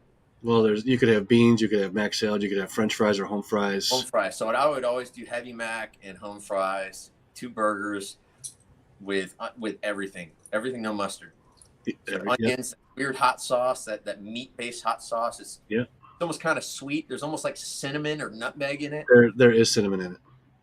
It's amazing, but I haven't had one in years. And I'll send you the recipe for it if you want to make some for yourself, because I have the actual recipe for their hot sauce. Yeah, I'd love it. I'd love to try to make it. I remember what made it kind of a little more well-known is that comedian Jim Gaffigan. Yeah, I just saw that. He loved the garbage plate, so he would talk about the garbage plate all the time. And then I think during COVID, he had a YouTube channel where he made a garbage plate. I thought it was kind of fun. He actually went into the Main Street one and did a video sitting in Main Street Tahoe's having a plate. That's so awesome. In his voice, it's hot pockets. You know what I mean? That. Yeah. That's so funny. I haven't been there for garbage. It's like a picnic on a plate, he said. It is awesome and really good when you're drunk, and they help with your hangover the next day. But it's not something that I would eat regularly. I think even when I worked for New Way Auto, I was a delivery parts driver in upstate. So was I. Yeah. Job. I remember that. It was all right. I would just hang out. Sometimes I'd go visit a buddy of mine. We'd go hang out. I was on the clock. I'm like, I don't know. I'll just say I got stuck in traffic or whatever. But once a month or whatever, if we had a good week, the boss would buy like garbage plates for everyone. So we would eat the garbage plates. But I literally have not had one of those damn things in like 20 years. Maybe they're all over now. My buddy lives in Colorado, just got one the other day on a food truck in Arvada, and it looked just like a Knicks plate. I was like, wow. Really? Yeah. Yep. And he had his garbage plate T-shirt on. He did the whole thing up like it made a day trip of it because he knew the truck was coming. He was so stoked.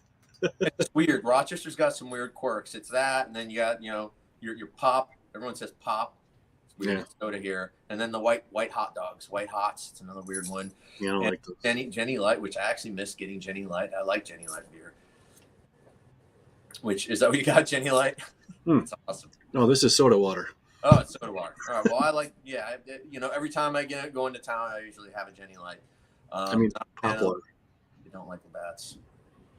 No. What else? Yeah. That's about it. I don't know. House guitars, that's another phenomenon. Like a record archive.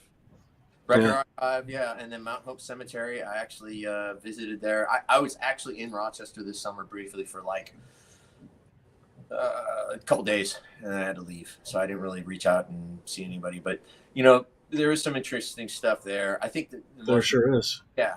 The one thing that I've had out here, I don't know if you guys have out there or wherever you got, or anywhere else, if anyone else has seen or had these, is a sushi burrito.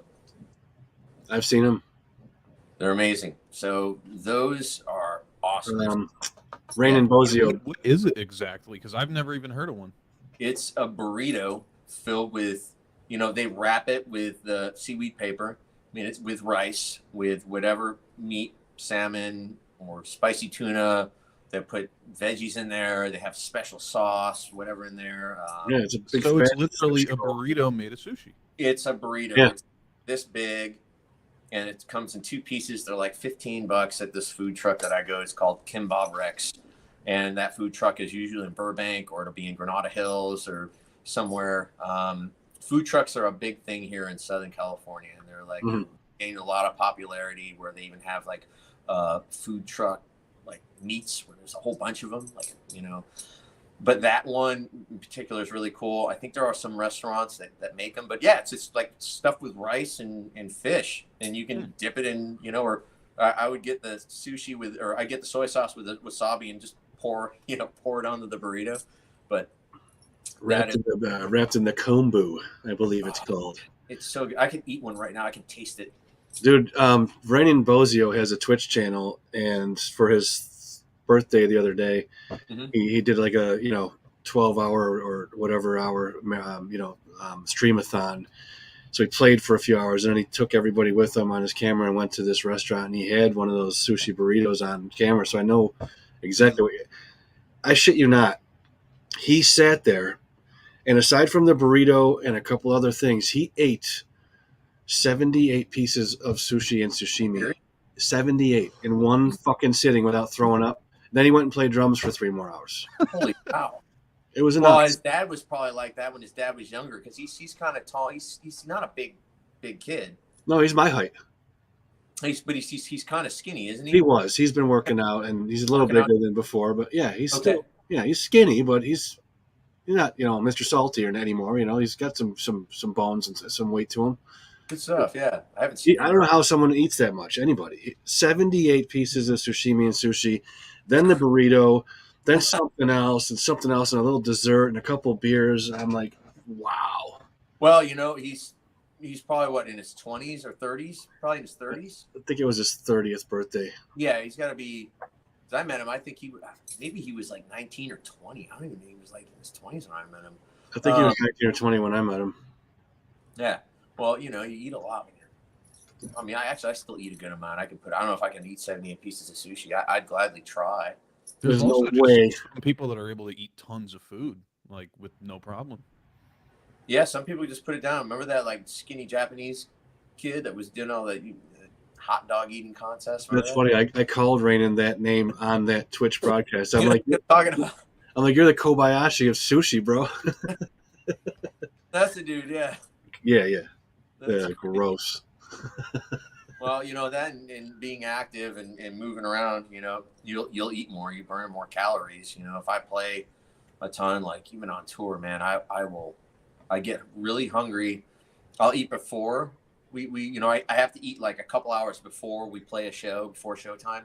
So I'll usually eat and then take a nap and then get up, and then I have like an hour to get my stuff warmed up, situated, do all my stretches, modes, all that. And then after we're done playing, when I was working out, I'd have a protein shake after, or a banana, and then there's usually some unhealthy food on the bus or wherever, pizza, or sometimes there's sandwiches. I love sandwiches, so I'd have a sandwich.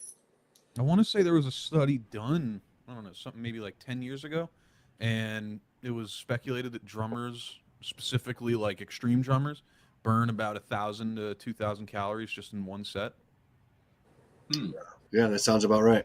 I always kind of wondered, because people would be like, how many calories do you burn? I'm like, I don't know. I'm like, pretty much when I get, like when I'm done playing a set for like an hour and 20, hour and 30, like Morbid Angel songs, whether it was Morbid Angel or I Am Morbid. I mean, I was like, someone dumped a bucket of water over my head. I'm completely drenched head to toe. I have to wring my stage clothes out. So It's got a good amount of calories.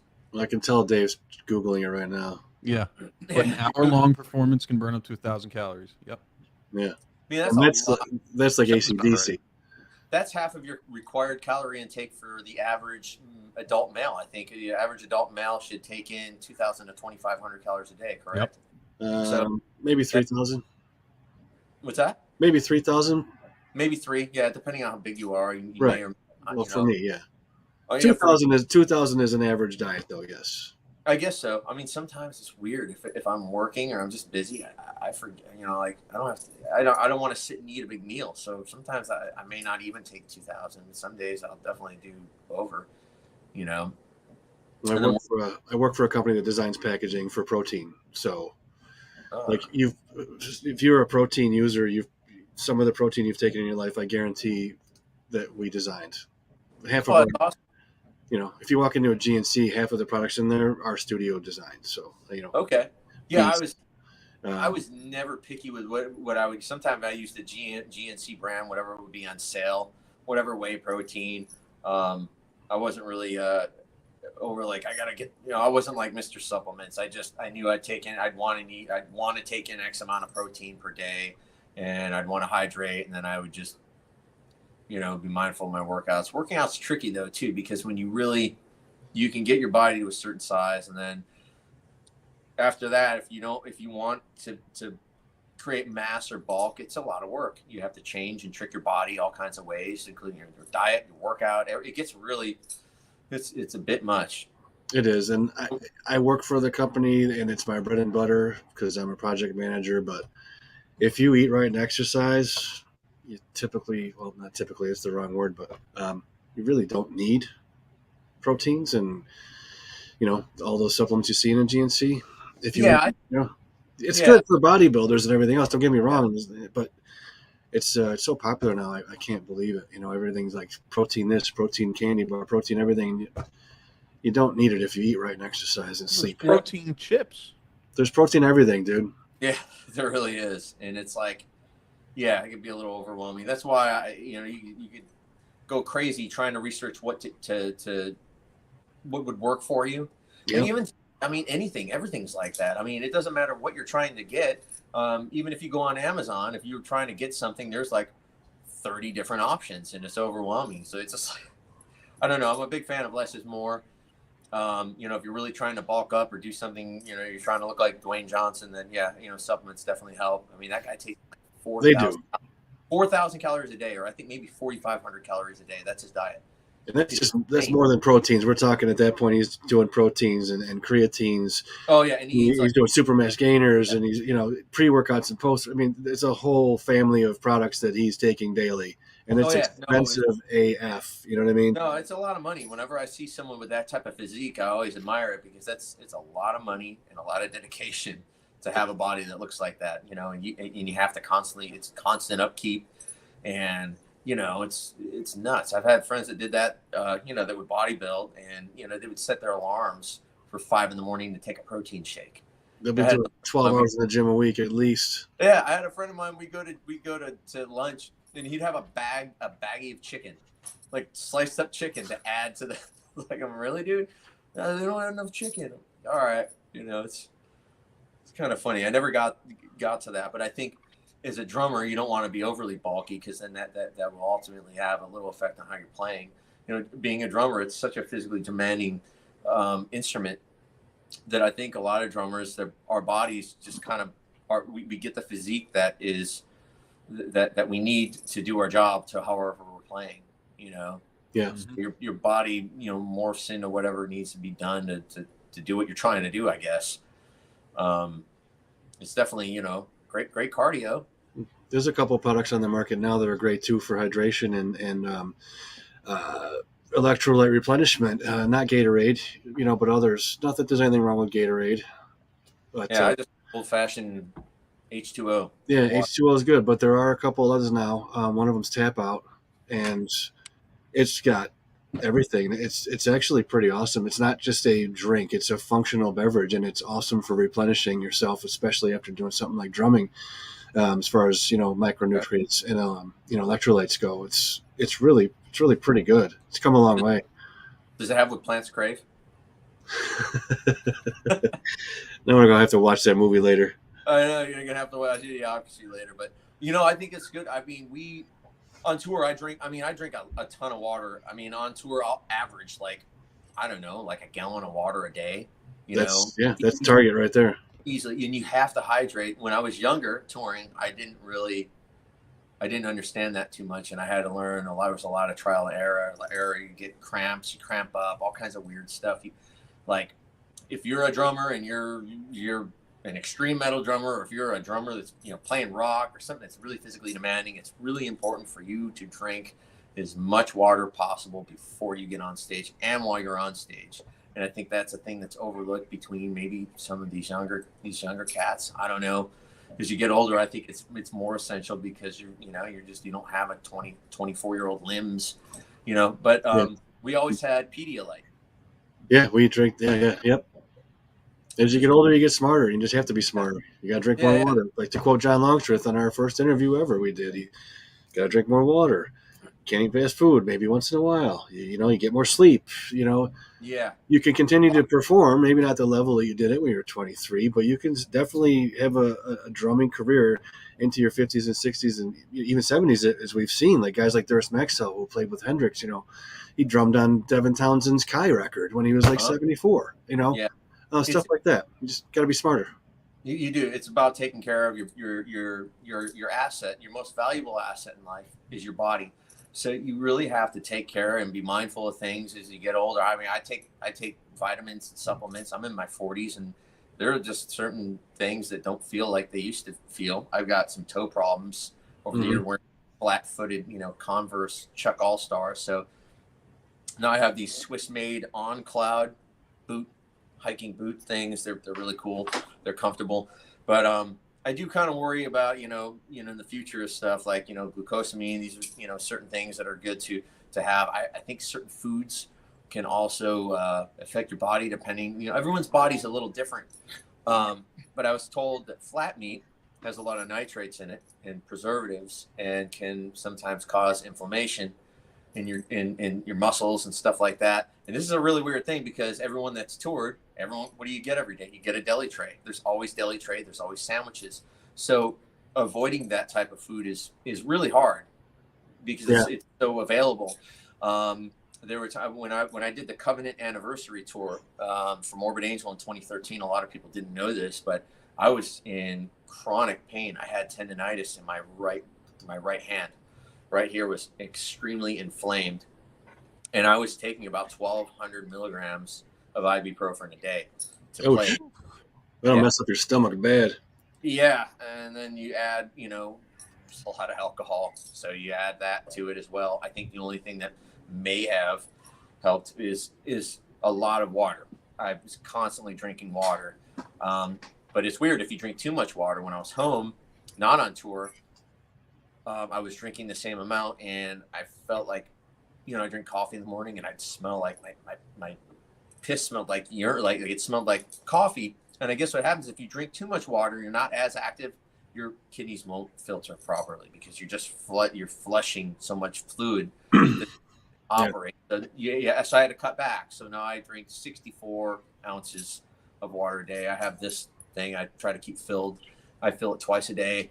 I fill it before bedtime in the morning. The first thing I do is drink water. I hydrate before I do anything. Even caffeine, I've kind of cut down quite a bit. Well, they have those now where you can put in your body mass index and your weight and your height and all that stuff and to calculate how much water you should exactly drink. And then you can get a special ordered cup like that one you have, but it'll have marks on it for noon, 1 o'clock, 2 o'clock, reach these goals throughout your day to keep it constant throughout the day at the right volumes per your weight and your age and that kind of thing, which is really cool.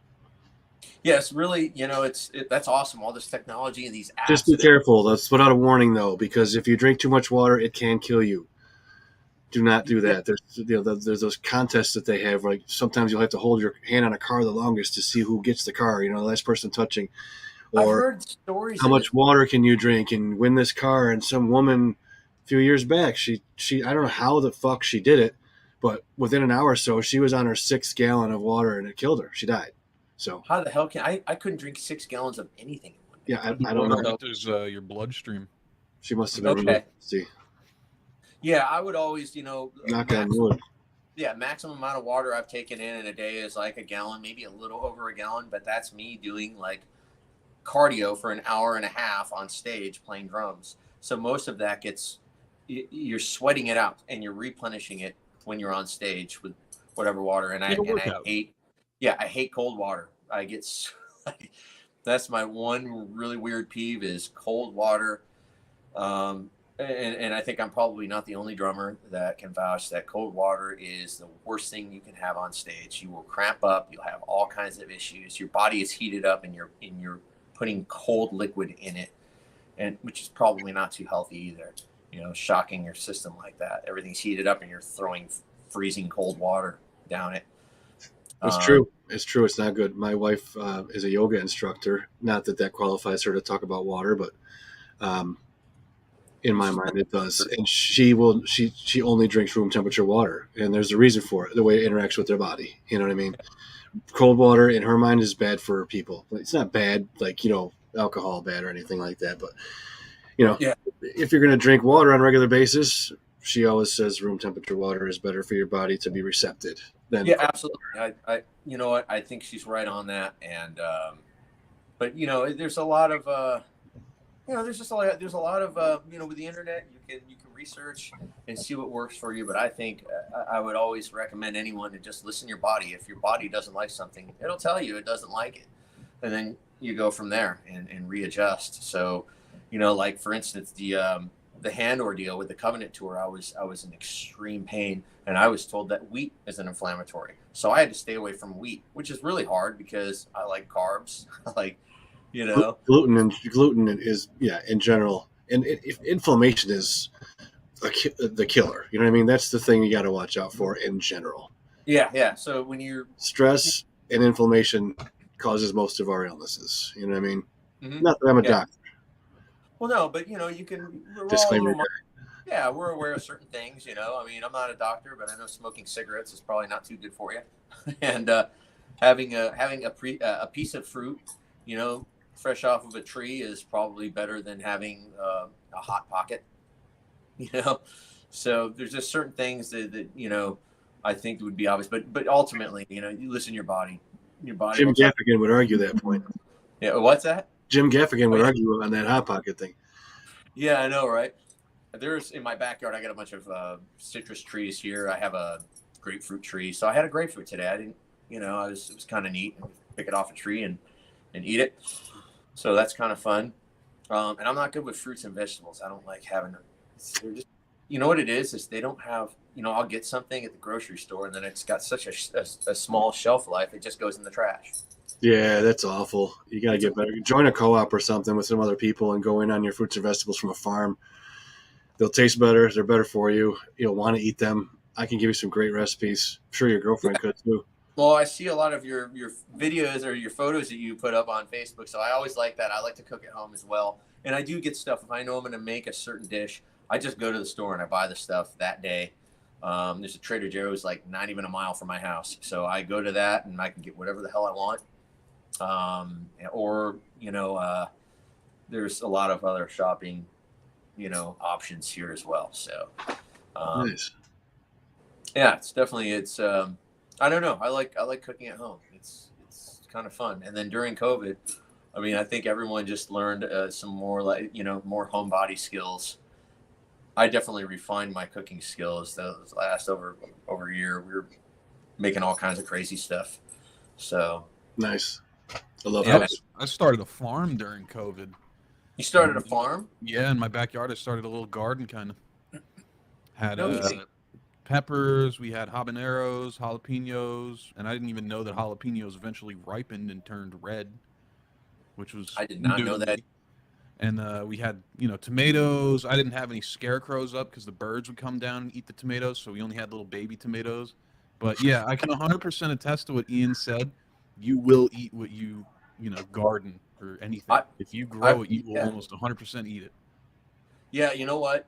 We did have a small garden. My ex and I, when at my other place, and she had like tomatoes and some other stuff, and they were really good. They were delicious, actually. I just, they wouldn't.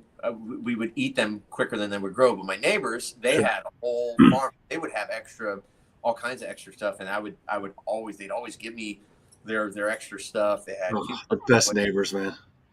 And they were awesome. I miss them a lot. But my neighbors here are pretty cool as well. So we're not growing anything here, but I did try it. It was good. There's a big difference between something that grow, even these citrus trees here. There's a big difference between eating one of those lemons or grapefruit as opposed to going to the store. Most of that shit nowadays is GMO. And yeah, okay. So was the sin havoc? What did they say? Your body? I just thought it popped up. Yeah, absolutely, 100%. So it's important to take care of your body as you get older. It's definitely, I think you're a little more mindful. I mean, in my 20s, we just eat whatever the hell was there, Health is wealth, especially when it comes to drumming. With what? Health is wealth when it comes to drumming. Yeah, absolutely. I mean, yeah, we can't do our job without our bodies functioning and working. So that Morbid Angel Covenant Anniversary tour was probably the hardest one because it was excruciating chronic pain. I had a lump. It was just gnarly, man. It hurt. We got through it, and I remember taking the pills. What the hell is that stuff? Turmeric. I took turmeric. Yeah. I use a lot of turmeric in my cooking. It helps with inflammation and stuff. But I also, I like some junk foods. I don't really have a sweet tooth per se, but I love carbs. I love pasta. I love noodles. I love rice. If I could live off of it, I would. So that's kind of my thing. I have to be mindful of it at times, I guess, But, oh yeah, turmeric and cumin are two of my favorites to put in almost everything.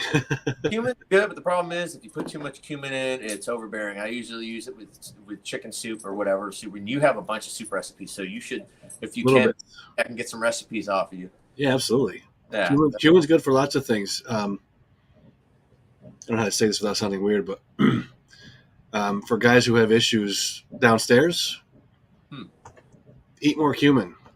I did not know that. Absolutely. Good to know. And even if you don't, it aids in that department. Just saying. Good to know. I just read this the other day, and it sounds weird that I know that off the top of my head because yeah. I just read it the other day. You know what? That's awesome. There's a lot of it's good to know these things because there's a lot of natural remedies for a lot of things. There are. We have problems. There's probably one for everything. We just don't know it yet. You know what I mean? Absolutely. I'm not a big fan of being reliant on big pharma and pills and taking pills. It's really it ruins some of these pills, this medication. It ruins people's lives. Like hydrocodone, oxycontins, Xanax is another weird one. And not to say that some of this and bankrupts them at the same time as losing their It's not doing themselves any good and no, going broke at the same time. It's just an awful industry. it really is, and it's all for, it's not really, it's not about people's health. I don't think it's about people's health at all. It's about making money and not really worrying about the long terms of some of these people. I have friends that are addicted to Xanax. They can't function or without it. They need it for the rest of their life. So for the rest of their life, they're going to have to rely on pharmaceuticals.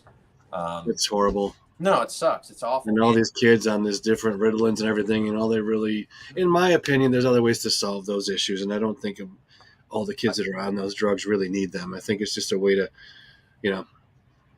settle them down a bit so you can deal with what you got to deal with. And it's just the wrong thing. And, it makes me sad. The part got taken out of medicine. Yeah. Yeah, I'm ADHD and I have it as an adult. ADHD, it's gnarly sometimes because if I'm not busy doing something, I can't shut my brain off. So I have to constantly try to be busy and find things to do. But with that being said, sleeping can be an issue, for people that have this as well. And, I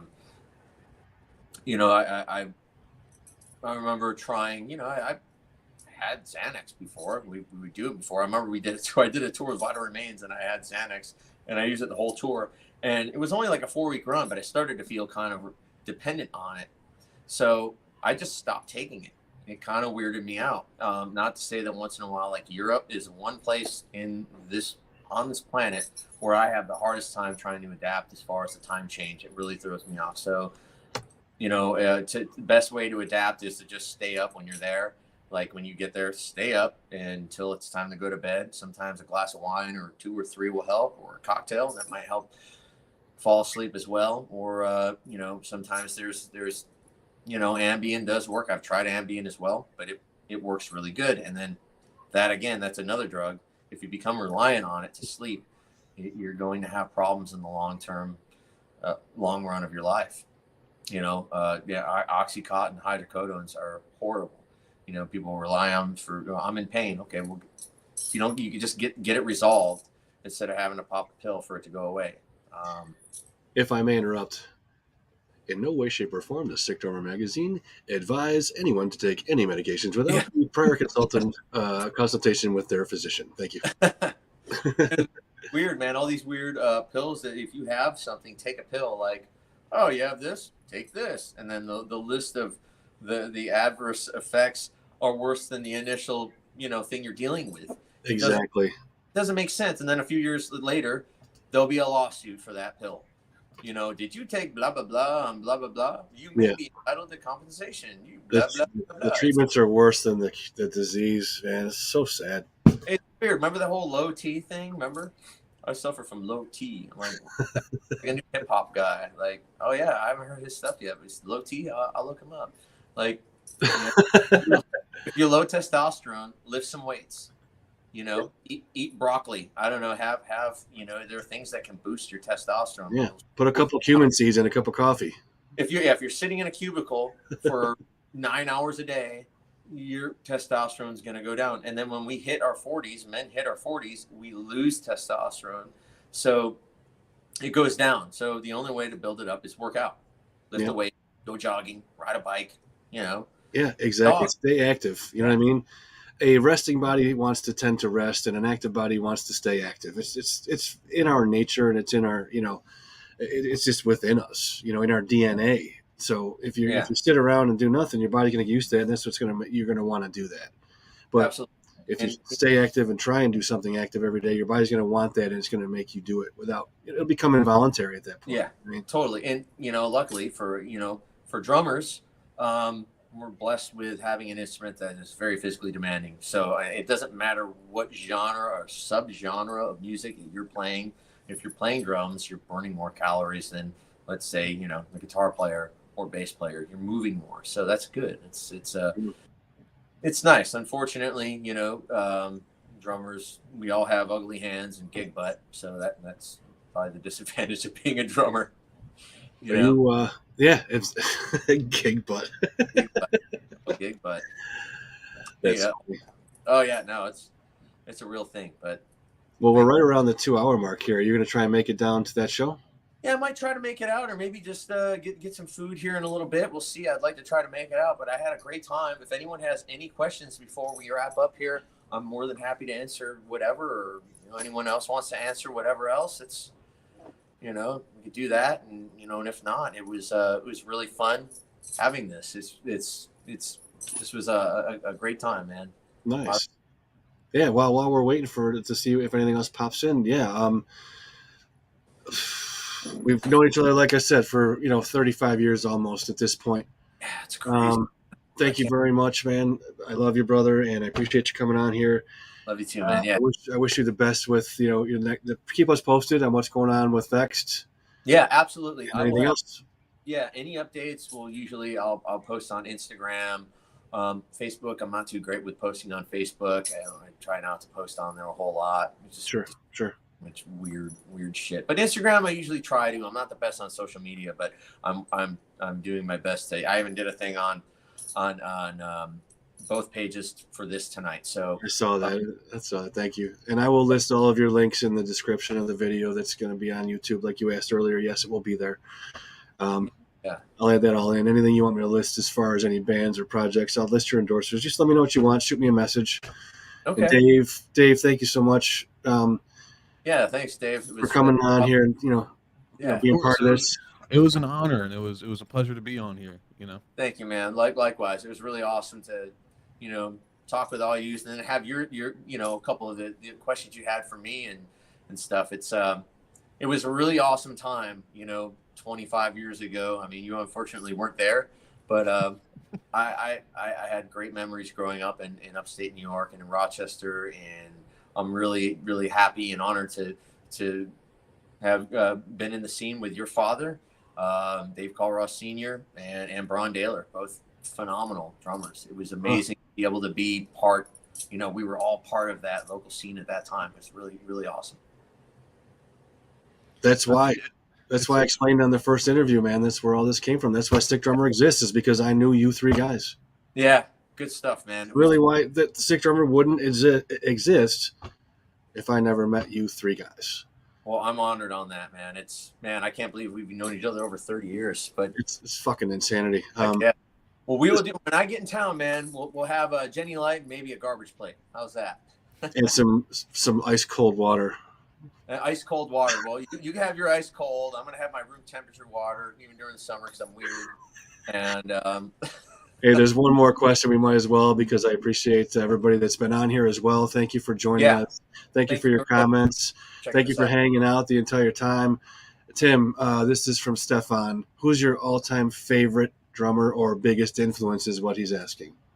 Gosh, that's a really, really, really hard one, because there are so many drummers that were so essential to my playing and me wanting to play. But I think when I think of, everybody thinks of whatever they're doing, whatever your craft is, or whatever you do in life, you always reflect and look back to the people that inspired the reason for you to begin that journey.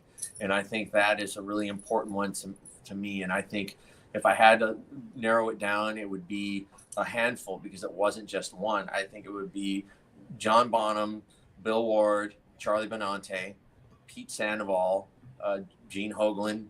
These were guys, Sean Reiner. These were guys that shaped, those were the essential. And then, later on I got in, really into Vinnie Colaiuta, Dave Weckl. But I think the people that wanted me to start playing were those. And, Tommy Lee, even when I was a kid, I remember, I grew up in the 80s and MTV was a really big relevant thing. And I remember seeing Motley Crue, and I watched Tommy Lee play drums. That really, really inspired a reason for me to want to play as well, because I saw the visual of it, not just the audio, but I could see it. So I hope that answers it good enough. There was there's so many, you know what I mean? Yeah, there's so many. It's a good answer. Thank you too for joining us there, Jeremy. Appreciate it. Yeah, Jeremy. Really appreciate everyone for tuning in, and we'll have to do this again. Yeah, man. Be good. If you go out tonight, have fun, and tell Lozano I said hi if you see him. Will do. And Dave, I'll talk to you soon. Dave's now helping Stick Drummer with a few things other than just interviews like this, and it's awesome to have him on board. So thank you. And that's all. And you know what? Actually, I have a question for you, Dave, because I'm wondering, your father was a drummer, which is really, you know, a very, very well-respected drummer. And I understand you play guitar. So was there ever a point where you wanted drums, or is there a reason why you picked guitar instead of drums, or do you play drums? Did your father show you any stuff on drums? I'm sure he had. Yeah, when I was younger, maybe like 3-4 years old, I'd go downstairs. There's videos of me probably when I'm like 2. You know, he's pointing out a cymbal. He's like, "What's this one?" And I go, "Crash," and I hit it. And I don't know. Something about it. Anytime he tried to teach me anything, I'd kind of push him away. And some points I wish I didn't, because now, you know, I get older and everybody asks, "Do you play drums?" And I'm like, "I don't, but I play guitar." And they're like, "Yeah." But I do wish that I at least learned a little bit from him, because I took playing band in 3rd and 4th grade. So I played band back then, and then high school, right before COVID hit, actually, I got myself a guitar because I'd gotten back into listening to metal music, and I found out Suffo. Obviously, I've known of them, but I never really listened to them. And I heard Hobbs playing, you know, what Hobbs does on the guitar, and I'm like, holy crap, that's sick. And, you know, being in where I live, I don't have a space for a drum set, so I just bought a guitar instead. Right on. I wish I can play the drums. Hopefully, maybe one day in the future, I'll learn how to play it. It's never too late to learn, you know. Of course. So, yeah, maybe that's something you get into, you know, when it's right, you know, when it feels right to do. I was just kind of curious on that, because, you know, my father. I mean, my father's like an accountant, so I didn't have. He'll sit down one day at a drum set in 4 years and just nail Funeral Inception, you know. Yeah, right. But but faster. Like, oh my God, like I can't believe it. Well, nothing's impossible to learn, and but everyone has a certain, you know, when we start our instrument or whatever it is we do, there's something about it that speaks to us. Yep. You know, in one way or another. And I was kind of curious, so I didn't know if other people had asked. Sounds like other people asked you that as well. I get plenty of people that ask me, you know, like on Facebook or Instagram, "Do you play drums?" And I'm like, "No." I know I should have played drums, but I don't know. There was something about it. I never really. He didn't push me into playing drums at all, which is fine. Yeah, but, I know a lot of people will like put it on their kids to play a certain thing, but he didn't push me to do that. That's good. Music just came to me when I was older. Nice. Late high school, I was like, "This sounds cool. I want to do it." So. What about the 4-wheelers? When did you grow out of that? Probably like 10 years ago. Yeah, so I know you guys did that. I saw a lot of pictures of you guys when you were little and growing up with the little 4-wheeler, and he had his 4-wheeler, and he'd take you to the track and all that shit. That's cool. Every weekend we used to go. Yeah, that's awesome. It's like I watched you grow up through social media. Yeah, and it's crazy because I never met you until a couple of years ago at the Rochester at a suffocation show. Go figure. And I was like, yeah. And Burke was there, and I walk in and I look and I turn and I see I knew he was going to be there, but I'd never seen him as a few years older.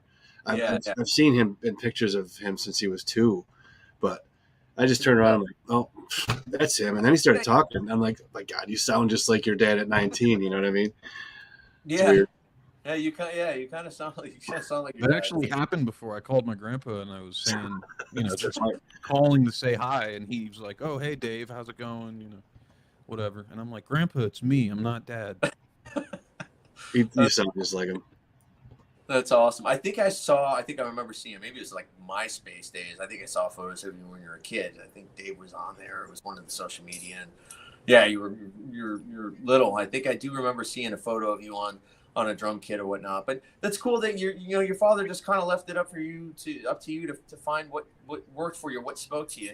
Sometimes people will have parents and they push something on to them and then they dislike it. Yep. And they may resent it more as they get older. Why'd you make me do this? It's like that was what he was afraid of. He didn't want that to happen at all. It's awesome. Yeah, he just wanted to naturally.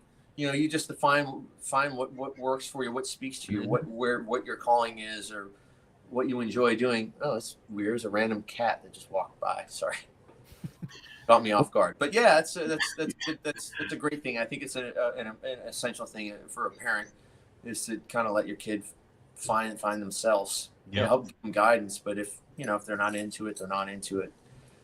You know, it was hard. Everything my father was into, I wasn't. We couldn't be any more opposite as people. I don't know how your father was, Ian. Oh, it's weird. Me and him, it's like he knows what I love and I love what he loves. It's like, you know. Yeah. It sounds like there's some common ground between you guys, and that's awesome. And you guys had some bonding moments, you know, with the four-wheelers and stuff like that. That was one thing I didn't really have a whole lot with my father per se. Not to say we don't, you know, we care about one another, but we're very different as far as what we liked and our interests. Yep. You know, couldn't be any more opposite. Well, I used to spend a lot of time with him, you know, downtime when he wasn't touring. I know that he took a break after, you know, something in Malevolent Creation, and then eventually when he got into Suffo.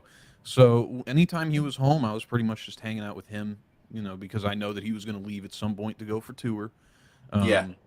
So we just kind of grew very close from that, and ended up, I started liking the music that he was playing, because he was in, you know, obviously in his metal bands. So he'd be playing, I don't know, Suffocation in the basement, and I'd be like, oh, this sounds cool. And then he'd come upstairs and play Pantera or put on some CD, and I'd listen to that, and I'd be like, yeah, this is good. Show me more. That's cool. Yeah, that's awesome. That doesn't always happen.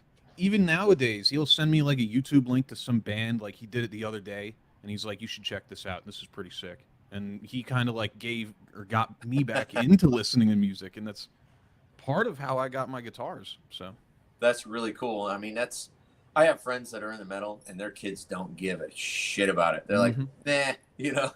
Yeah. Or I have friends that are in the cars, and their kids just don't give a shit. They don't care, you know. So it doesn't always get passed down, you know. So you that's have really cool. You have a friend that owns a metal drumming magazine, and his kids are like, yeah. It happens, man. You know, that's like, I'm kind of a big deal, but that was like, you know, 8 years ago. Now it's like, whatever. They like it when I get them free passes to Green Day backstage meet and greets, though. That's, right. That's when it's cool for them. You know what I mean? Like, oh, sick, Dad, thank you. You did a lot of great stuff with Sick Drummer, and you're doing this, and there's still more that needs to be done, and that will be done with Sick Drummer, I'm sure. And I think it's awesome, man. Yeah, man, thank you. Really appreciate that. And I'm really proud of that brand that you built. You know, that's killer, man. Well, really. Like I said, and this is not to be fanboy. It wouldn't exist without those three guys above me. So three amigos. The three amigos. Yeah, it's good stuff, man. I'm really glad to be part of this and part of why you started it. Really am. Thank you, sir. Heck yeah, man. So we'll keep in touch, and we'll talk to you soon. Send me any information you want for the description of this video, and I'll add it in there. If you go out tonight, tell the guys I said what's up. And we'll do. We'll keep Send in touch. My wishes too, because I just saw them not too long ago. Yep. Yeah. Any news on Vext or any projects, I'll, just keep me posted, man, and I will promote. Absolutely, man. Absolutely. Dave, I will talk to you soon, man. Sounds good. Thanks for having me, guys. It was a blast. Awesome. I'm just going to go hit end broadcast, and we are done. Stay safe. Thank you.